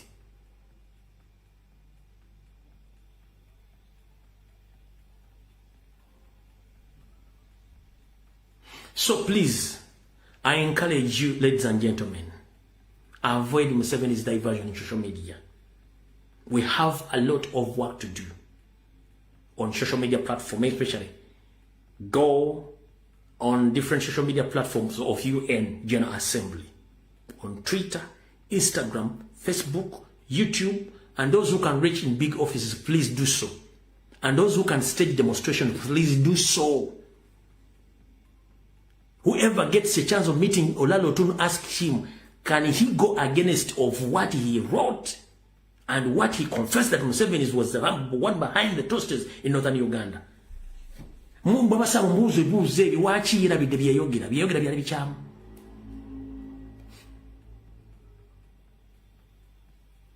you guys, what you don't know, that nobody more betrayed you. He became a public nuisance. Olalo Otun has betrayed you. He had become a public nuisance. So time will come, people lose trust from the people of northern Uganda. We used to trust you more than we trust ourselves. We used to know that you are straight people. You don't beat around the bush. But I don't know what happened these days. You are very easy to be compromised.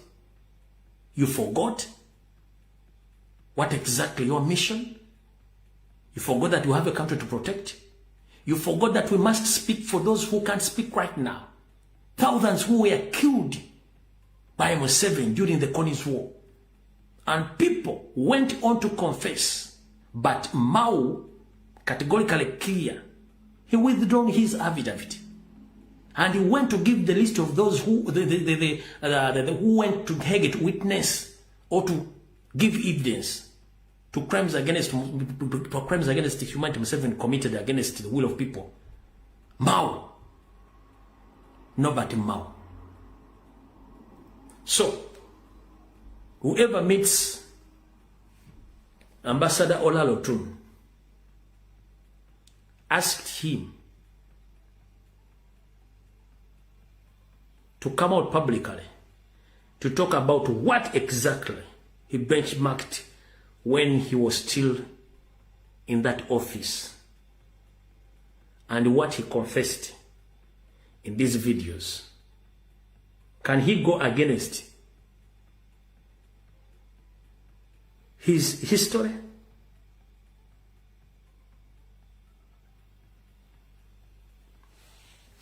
Out of the war?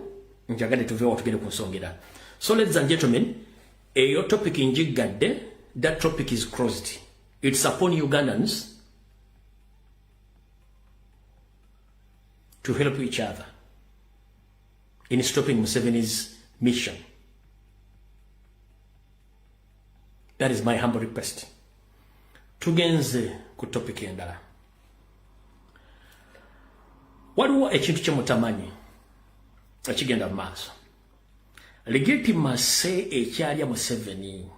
His Excellency Robert Kyagulanyi Ssentamu, whenever you are, I salute you. His Excellency Robert Kyagulanyi Ssentamu, whenever you are, I salute you. Legitimacy is that legitimacy has become a problem to Museveni. Whatever diversion you are witnessing on social media, it is paid by the state. They went on to contract the Hollywood superstar to come in Uganda to promote coffee. Not because he came to promote coffee, no. Taylor Gibson, he came just to catch the public eye to show the world that Uganda is peaceful. Even the superstars from USA can come and visit Uganda. But nobody has given it time because it doesn't make sense. You contracted a guy with a lot of money, but with a little impact. That is all about buying of legitimacy, which won't work. Kati chumba mwechitegedde nti yaleetuse n'okuleetako n'Abamerika batandika okulegitimizinga mbu se Uganda eri bulungi. Enera kyaganya okukwata. Bino byonna simanyi gundi yalwana n'omusirikale, simanya ni kasasiro byonna legitimacy ekyabatawaanya. Bono bali bomulanira ntazimula ku social media legitimacy ekyabata wabula musooke mukwatemu wano katono. Tulwana olutalo olw'okuba abanyampi ku social media naye walutunuddeko mu ange endala.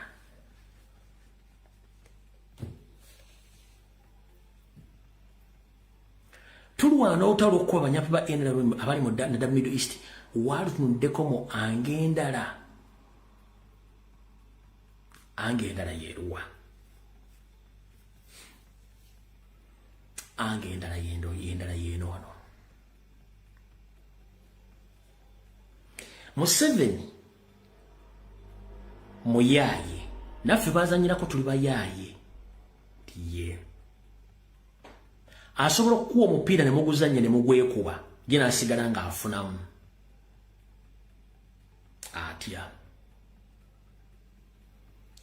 Abantu bonna bagamba ng'oggyeko be mutandise okuba kiriyali nga batuufu buli mugenda kulanga bavaayo okulumba Kyagulanyi bangi ekigendererwa kyabwe kibagenda basindika. Tudde mu ntalo ezo, tudde mu ntalo ezo. Kati bave bagambe ensi mulaba nti bano abaana basabotaginga n'ebyenfuna by'abantu era basudde ne kampuni z'abantu mu nsi z'Abawarabu. Bubana bave batandika okuyita mu diplomatic ways ate okutandika okulwanyisa ffe nga bagamba nti abaana abo be baviiddeko obutaboboka omulimu mu Uganda era baagala kuleeta gya bufuzi mu nsi zammwe wadde wakituddeko mu ange eyo. Kituddeko mu ange eyo kyetegereze mu bulungi nnyo. Bano abaana bagenda kuva ewanyi bagambe nti twali batugobe nga tebalina bagoba nti babagobye nno. Wano abamu contract zaaweddeko, abamu baagala kuddaka tebalina kiddako, ajja kuva eri avumaavume mumuwa amasannyalaze muloze nti mulimu okukola. Naye tulina okubeera careful mu lutalo nomulubale bulungi nnyo. Si buli muntu mugenda muwa amasannyalaze, si buli muntu mugenda mulwana. Bagenda tuleetera entalo nga zaabwe bennyini bazituteereddewo tugende careful. Ffe entalo ezaffe tuzipiki nga tuzimanyi. Tulonde entalo ne betugenda okulwana nga tubamanyi. Museveni ejja tuuka okuwandiikira ensi ezazigemmula abantu bano mu Uganda batujju. Kati baagala kuleeta obutujju bwabwe n'entalo zammwe mu nsi zammwe. Ate naffe olumu kiyinza otukuba. Naye ate bwe tubanga ffenna bakyatukolako effujjo ate era tusobola okukifiirwa ffenna. Bo ne baddayo mu Uganda ewalungi, ekyo nakyo weekiri. So munoonye entalo ze mupiikinga naye ng'ate bwe kiba kifiiro ffenna tukifiiro tukibabaddeyo. Ati Uganda walungi baddeyo. Naye nga nkimanyi bagenda kipika omuliro naye nga the end results of that game ziyinza okuturninga somehow against our will. Ekyo mukyegendereze. Naye mubeegendereze nnyo mbalabe.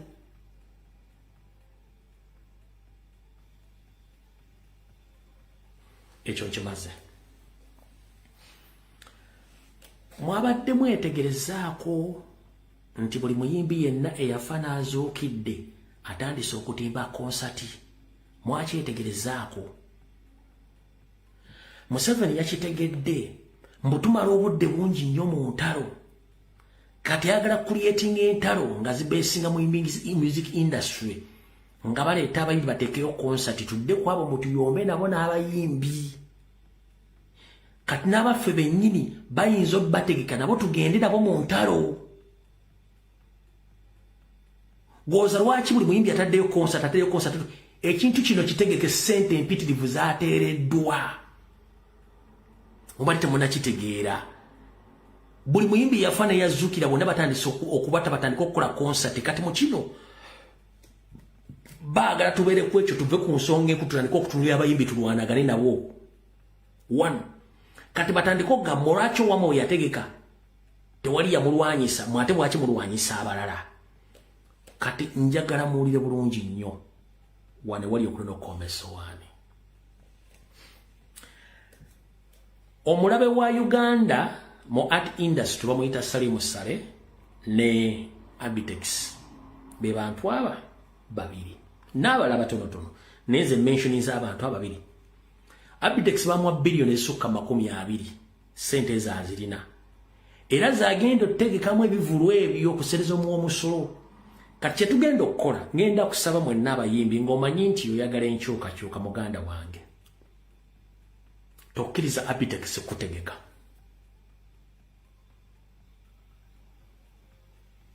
tokkiriza Abitex kutegeka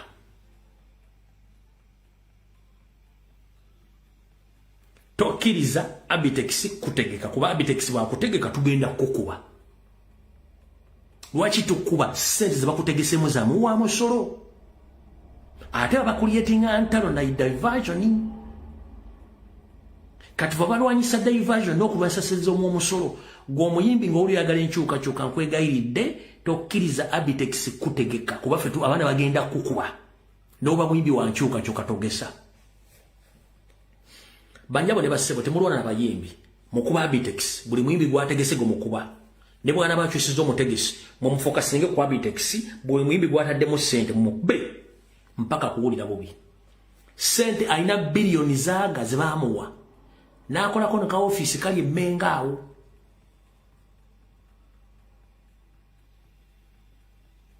ekyo kibagambye ezo sente zaamuwa musolo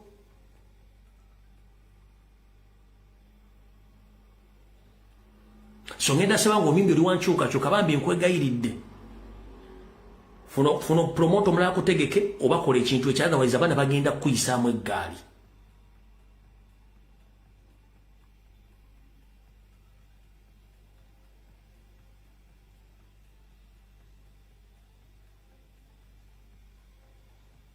Abitex tayagala nkyukakyuka Abitex tayagala president waffe yali mu status ko kubanga afuna sente ate zammwe zimukola ez'omuwa musolo zaafuna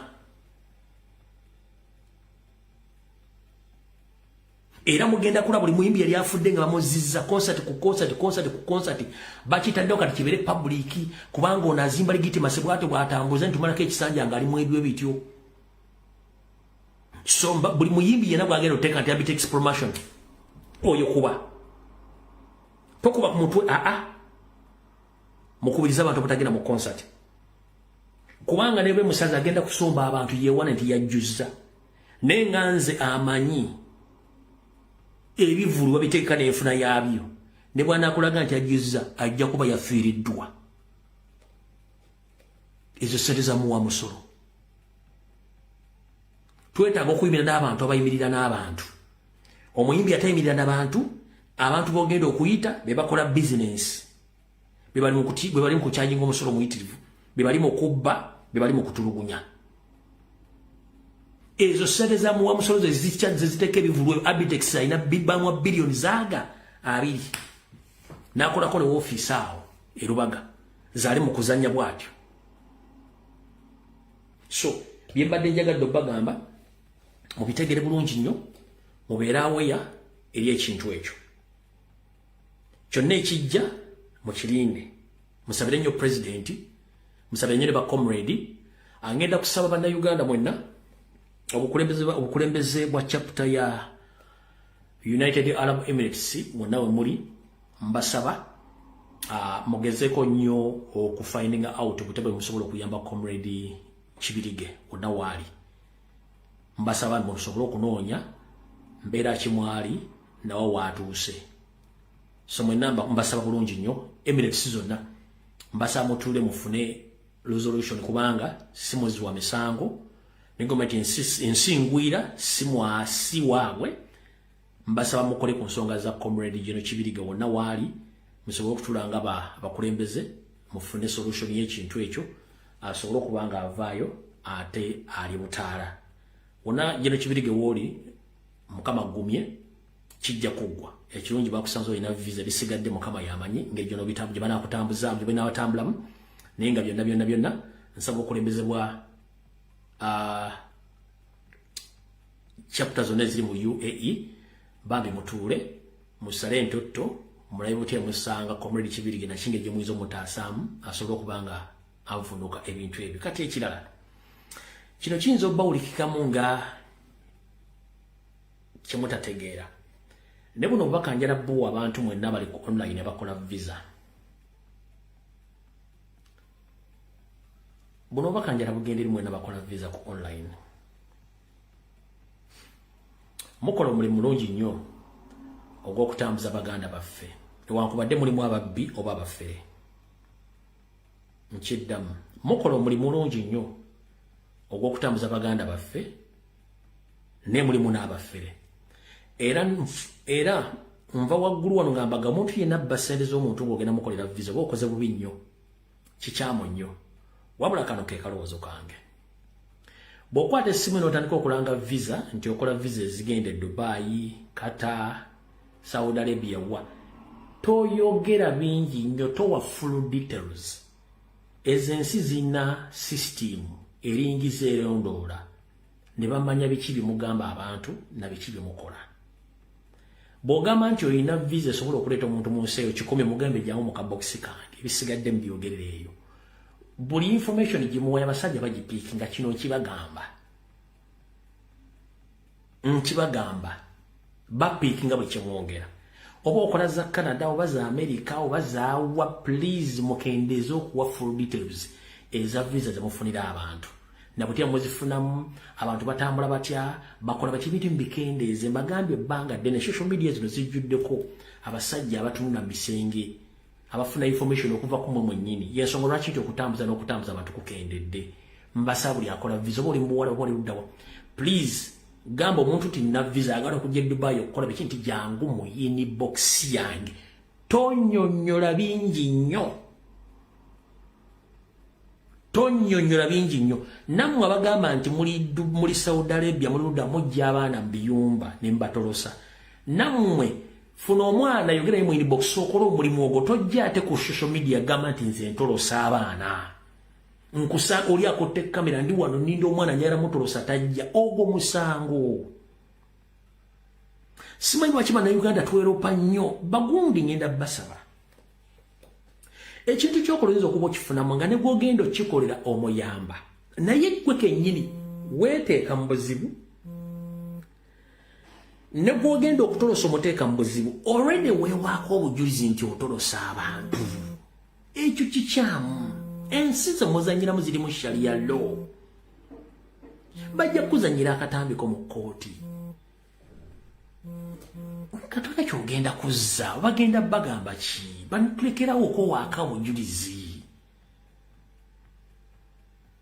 tulekera nze ntolosa abantu ndi wano mulinze simulaba ate yasamiridde please ebintu bino babifuna bajja kuzanyira akatambi nga gwe kenyini wakwogedde nti nze ntolosa abaana era ndi wano muwala mulinze mulaba ali eri ateye muganda wange mukola ensobi nkisimba muba mukikola mukimanyi oba butamanya oba aba n'excitement oba kataala omanyi kyangu nnyo okujja munnayuganda mu Uganda naye omujjamu munnayuganda mu nsi mwali si kyangu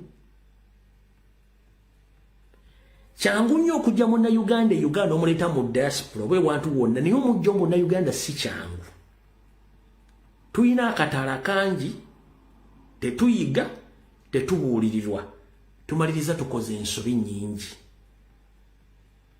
mukendeezeeko ebintu ebyo bijja baleetera obuzibu social media si mikwano gyammwe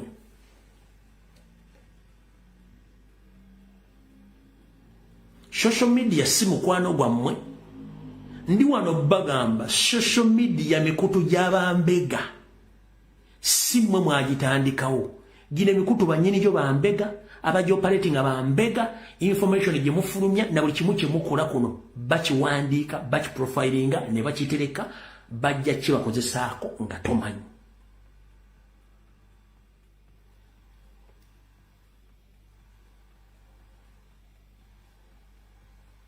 Kyokola kirungi ekyokujja omwana mu kiyumba omuwonye naye kiteekako simu direct ku live oba n'okipostinga tekikola mateeka. Oba weesibye nga waddeko obujulizi ne gotoloseza omuwaddeko obujulizi ne bagenda okusiba bagenda kusiba nga tomanyi. Nyongera okukubiriza social media platform kebere Facebook, kebere YouTube, kebere TikTok, kebere Twitter kati gyonna emikutu gy'abambega bye mwogera bye mukola buli kimu bafunako kopi. Kansooke nkubuuze mu ssimu yo muno oteekamu ebifaananyi video buli kimu kyonna n'okiteekamu. Wabula time etuuka ng'olina okubidelitingamu. N'obidelitinga essimu n'ekulaga nti obikoze eki obidelitinze. N'ogenda ne mu storage n'ekulaga nti biteeke mu dustbin obijja mu dustbin. Dustbin ogirina mu ngalo ng'eyakasasa erimu ennyumba oba ku lugiro ogirinako. Dustbin ogimanyi gy'eri. Ebintu by'odelitinga mu ssimu yo olina dustbin mw'obiteeka gy'olabako nti mbitadde wano byokyezza.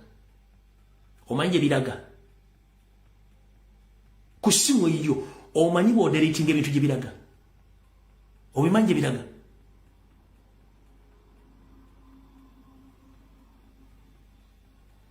Omanyi gye biraga omwe mubeera nnyo ku ssimu nga muzikoze temuzimanyi. Nkubuuziza essimu yo wogenda oteekamu ekintu ti delete oba kifaananyi oba ka video konna nga ka busego oba kakyamu oba information delicate nnyo n'ogidelitinga omanyi gyeraga. Oyinawo akasero nti ogidelitinze ogirabe ngikumyeko omwoyo ogidelitinze. Can you prove that?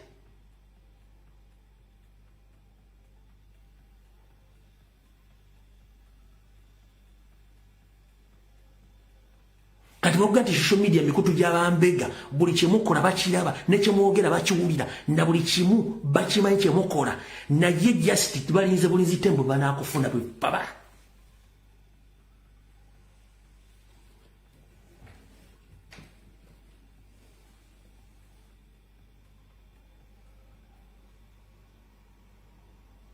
Balinze bulinzi banaakufuna bwe baba. Baga bino byonna bwati tubirina mu ssimu yo. Na bino byonna tubira bulungi nnyo.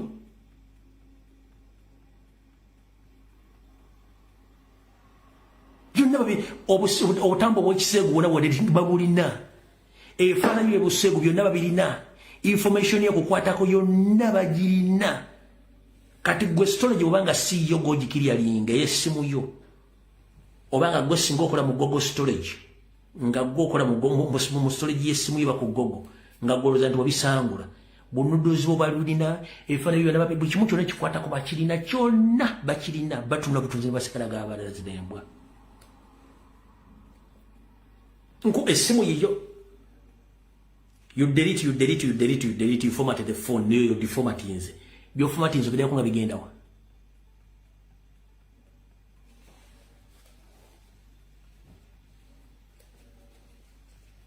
Nkubuuza obiformatinga biraga ludda wa obidelitinga biraga gwabitereka oba gwabidelitinga.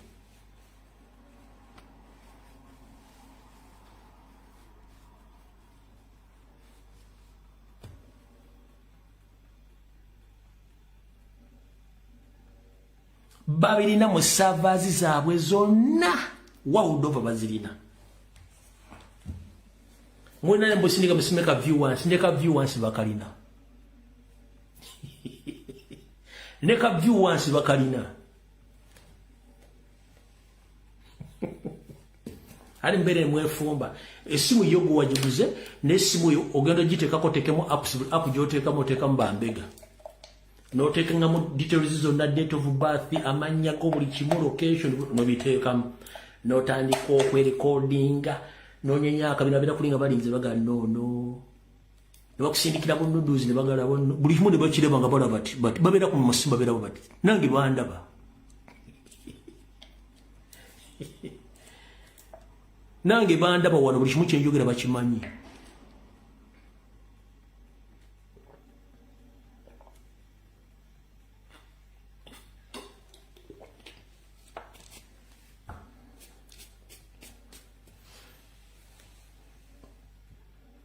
buli kimu kyokola ku simu yo gye weegulira ne ssente zo bakiraba bakimanyi ne byeyogera babimanyi buli kimu kyoyogera bakimanyi okukivundula na buli kimu ate Oluganda kati kambabbireko togeza n'okola ekigambo kyonna ekyobusiru ekikola ekintu kyonna ekirimu obukyamu mbonkyogedde mu Luganda bagenda kitegera bajja kivundula genda ku Google teekemu Oluganda bajja kuleetera meaning y'ekigambo ekyo mu Luzungu ojja kuwumuzaako engala byotegeere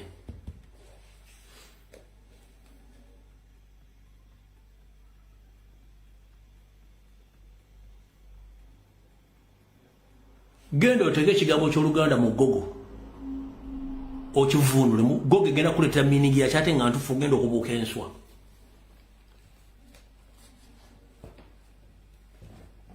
bwobadde temukimanyi nti essimu zammwe bambega ezo zonna bazita smartphones lwaki smart ne manufacturer yennyini bye yateekamu byonna bikutrackinga buli wamugoza aki America yawera Huawei yali temanyi lwaki egiwera kebere iPhone yagikola sijjajjaawo bye yateekamu yabimanyi buli kimu asigala akulondoola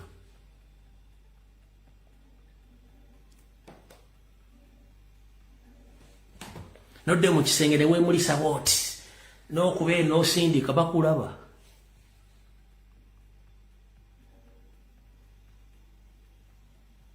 bakulaba buli kimu ky'okola bakimanyi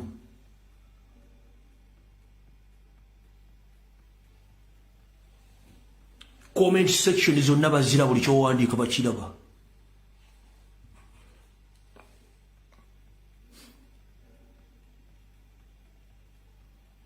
ozaaki internet kweri internet yajjajjaawo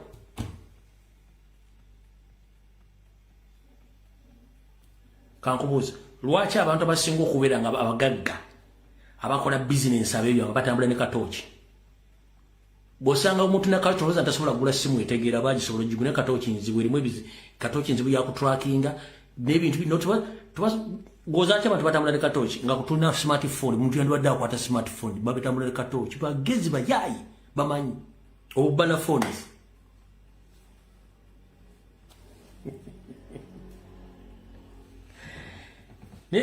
bubaga ebintu bino omuzo tusaaga bye tubagamba bituufu babala buli kimu kyonna kye mukola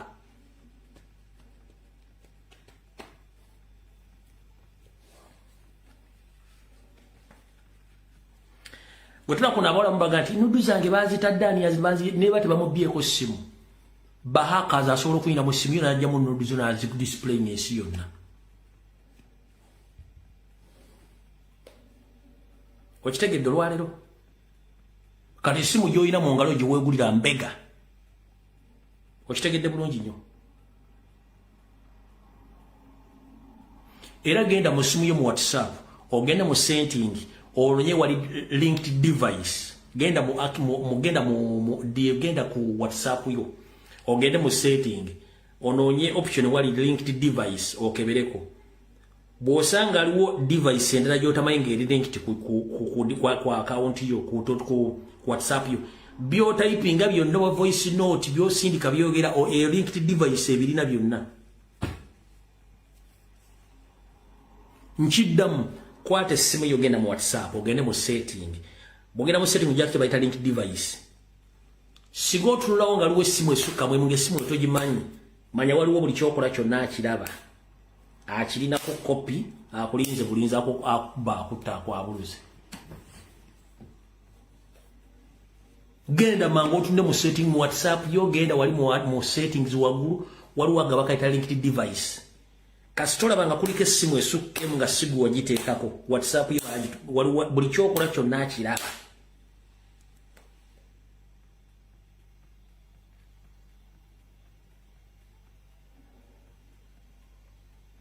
gendayo mu settings za WhatsApp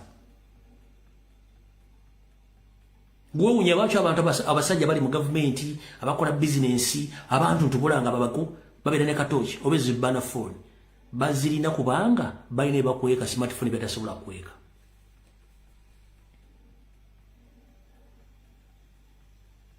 bw'osangamu essimu nga togimanyi ngeri linkiti ku WhatsApp yo manya buli kyokola kyonna nanyini simu yakimanyi byonna byokola oba omwendako oba omwendako oba omugeya oba omuvuma oba omubba oba mumubba nga mwina bye mumubba buli kye mutayipinga tugenda mubba zitinga ebagenda kunziba zitinga asirika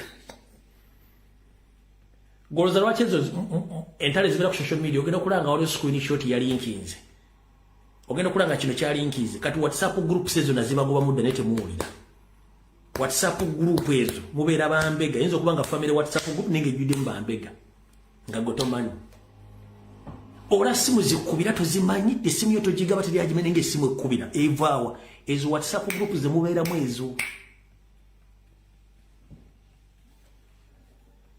mubeera omuntu nga yadde mu WhatsApp group yamu nga temumanyi n'atuula bw'ati buli kyonna kye mulegesa ng'akiraba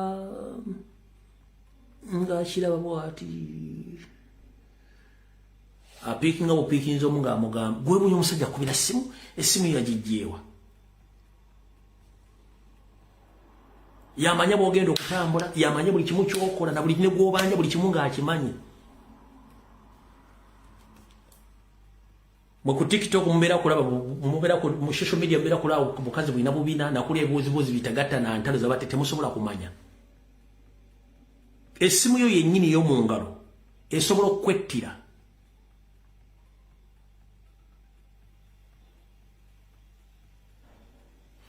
so okujja nga mwina kye muŋŋamba ne bwe kiba nga si kyekyo ndowooza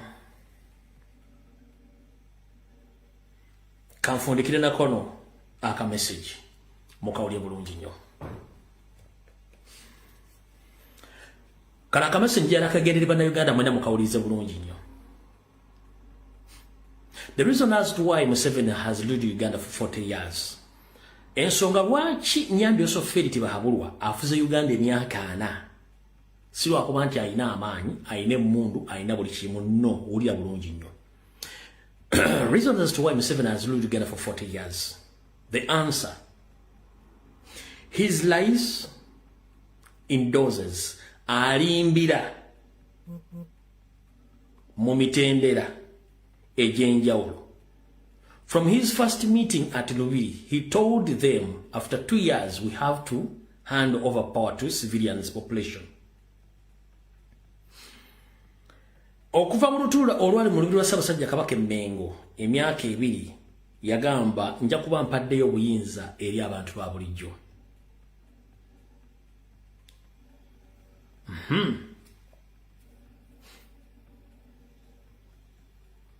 His friends, the likes of Kategaya, Amanya Mushega, pledged at least 5 years.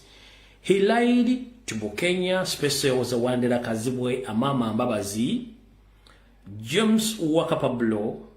He lied to the people. He went to school with Bushwa comrades, his agents, his party members from UPM and NRM. By the party electing Secretary General, a hot race between Amama, Otafie and Bukenya. Eventually now he appoints them. He lied to grandparents, our parents, to us now by Mona Bagagawale. He lied in doses to stage by stage. Much taken. Slowly every stage, at the stage people present convinced 100%. And this is my last time. My last time. Ugandans get excited. The likes of Bidandi Sari end up fighting Bukenya, known to become the vice president. Sam Okotesa start preparing Bukenya for Chogam dealers, thinking that Bukenya is the next president. Learning into lies. Soldiers are dead, politicians are dead. In when he caught up in his lies, deception slowly by slowly until some people started exposing him, undressing him in public. And later, Robert Chagulanyi Sentam came out and exposed him up to now. Kati, ensonga ezo omala zitegeera kikuwa kyakuyiga ki? wuliriza nnyo wano gwe wenna ng'okyadiringa na maama Mbabazi Gossiro gwe wenna ng'odiringa ne kale Kyezikayihura Gossiro gwe wenna ng'okyadiringa ne Rwakana Rugunda Gossiro, those are not veterans, those are catalysts who are still serving with Museveni. Although you don't see them in public, they are working underground. Amama Mbabazi, Sam Kotesa, kale Kyezikayihura, Rwakana Rugunda, the list keeps on growing. So don't think that they are there seated. They are still in operation and they are operating slowly. Muchitegedde. Kati kano kanfundikire nako. Modashikemu. Kalowoozeeko wenafuna amanyi okudda ojja kuba ofunye amagezi gaako. Omanyi Museveni yeefuula musajja mugezi nnyo. Bwe yamanya nti abasajja b'engulu babadde mu buyinza n'abateekamu olutalo lwa Koniirwa Alisira Kwena n'amala ne yeefuula nti si yabasse. N'atondawo ADF n'efuula nti batujju ne bamutambuza mpaka olwaleero. Abadde ng'ajja atonda obuyeekera obuki obuyinja bw'abayeekera olw'ensonga naye yava mbayeekera. Kati amanyi obukodyo bw'abayeekera bw'okulwanyisa buli muntu n'omu omulwanyisa mu ngeri ye. Kati gwe kye wandibadde ogenda ye kye yakola akusookayo. Kati bw'akusookayo gw'ogenda okujja baakulaba. Ye nkola gy'abadde ng'akola. Kati obadde waatunuddeko mu ange eno ku musango gwa Besigye, obadde waatunuddeko mu ange eno gye ngenda okukulagamu ogyetegereze. Watya nkuga watya oba watiifu.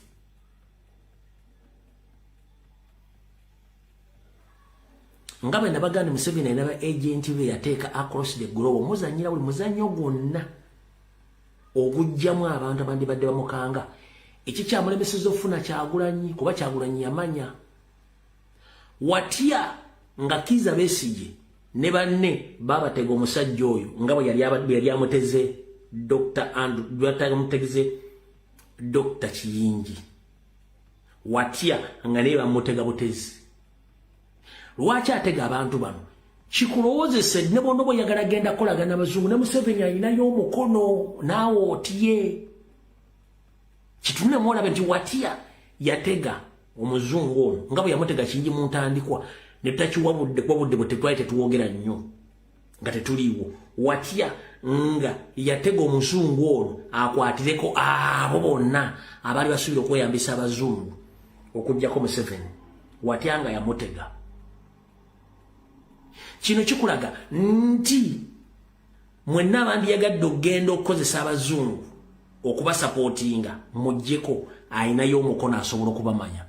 Watya nga kituufu.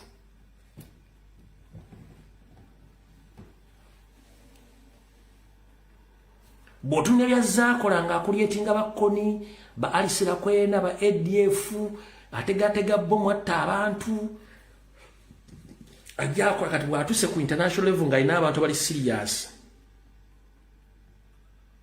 Watifu nga naguno omuzannyo aguzannyiramu oyo muzungu ng'ayagala bbalaga ne mugenda mu bazungu naye n'abantu bange.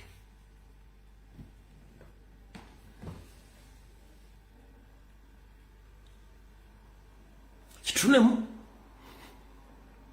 okyetegereze mu ange endala.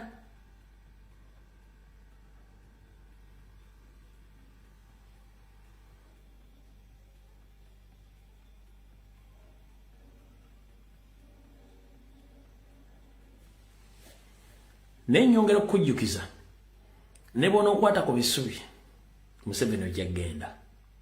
Ne bona okwata ku bisubi n'okola otyo ogenda very soon.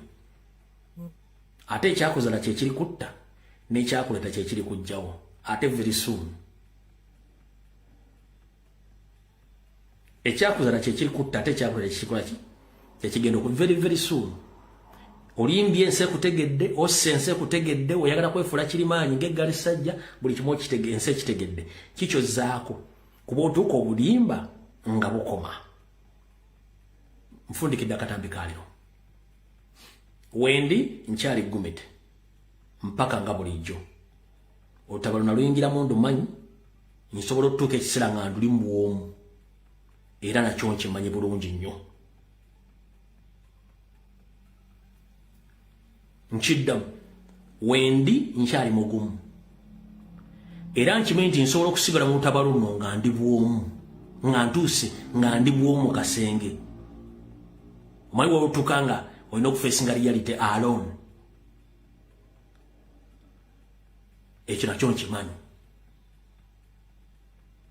era nki experience nga nkiyitamu naye ate wendi olw'amaanyi gammwe n'essaala zammwe. Nkiddamu wendi ndi mugumu olw'essaala zammwe era nkimanyi nti at one time nsobola okusigalako obwomu nga nina okufeesinga reality bwomu wankubadde munsabira mumbeererawo era munkeberako ne waliwo time esobola okutuuka ng'oli bwomu. Buli omu yandibadde akola ki kuyamba mu mbeera nga buli omu akwesambya bantu bali busy bantu baketinga busy. Ekyo nakyo nkimanyi kubanze ngenda okuyingira mu lutalo nga namaze ddubala nalomba ndumanyi bulungi nnyo tibwengenda mu kino kisobola okuvaamu kino kisobola okubeera kiri kisobola okubeera kiri okibaddemu otya okivuddemu otya ne ku lwa Katonda mbamanyi weemuli mukyaliwo ate tukyatambula twongere okwesabira era tulwane nnyo. Mu bufunza akatambi kawedde mukaba 2010 mpeera tujja sinkana olunaku lwonna lwennaaba nsobodde. Bibadde bigambo byange by'olwaleero mukaba bankumire mbasa mugende ku Twitter mulumbe olala otuntu mabulidde mission ya Museveni na buli kimu kyayagala okukola. Mugende mukolo omulimu ogwo muve mu diversion za Museveni ziri ku social media mugende mbabulidde olala otuntu kibamutuma ne kyagenda okukola. Kyone kina kituuse omuyinza okuba temusobola kukola kukiyimiriza singa Museveni n'aba akifunye. Ebisigadde Mukama atukulembere. Mweraba.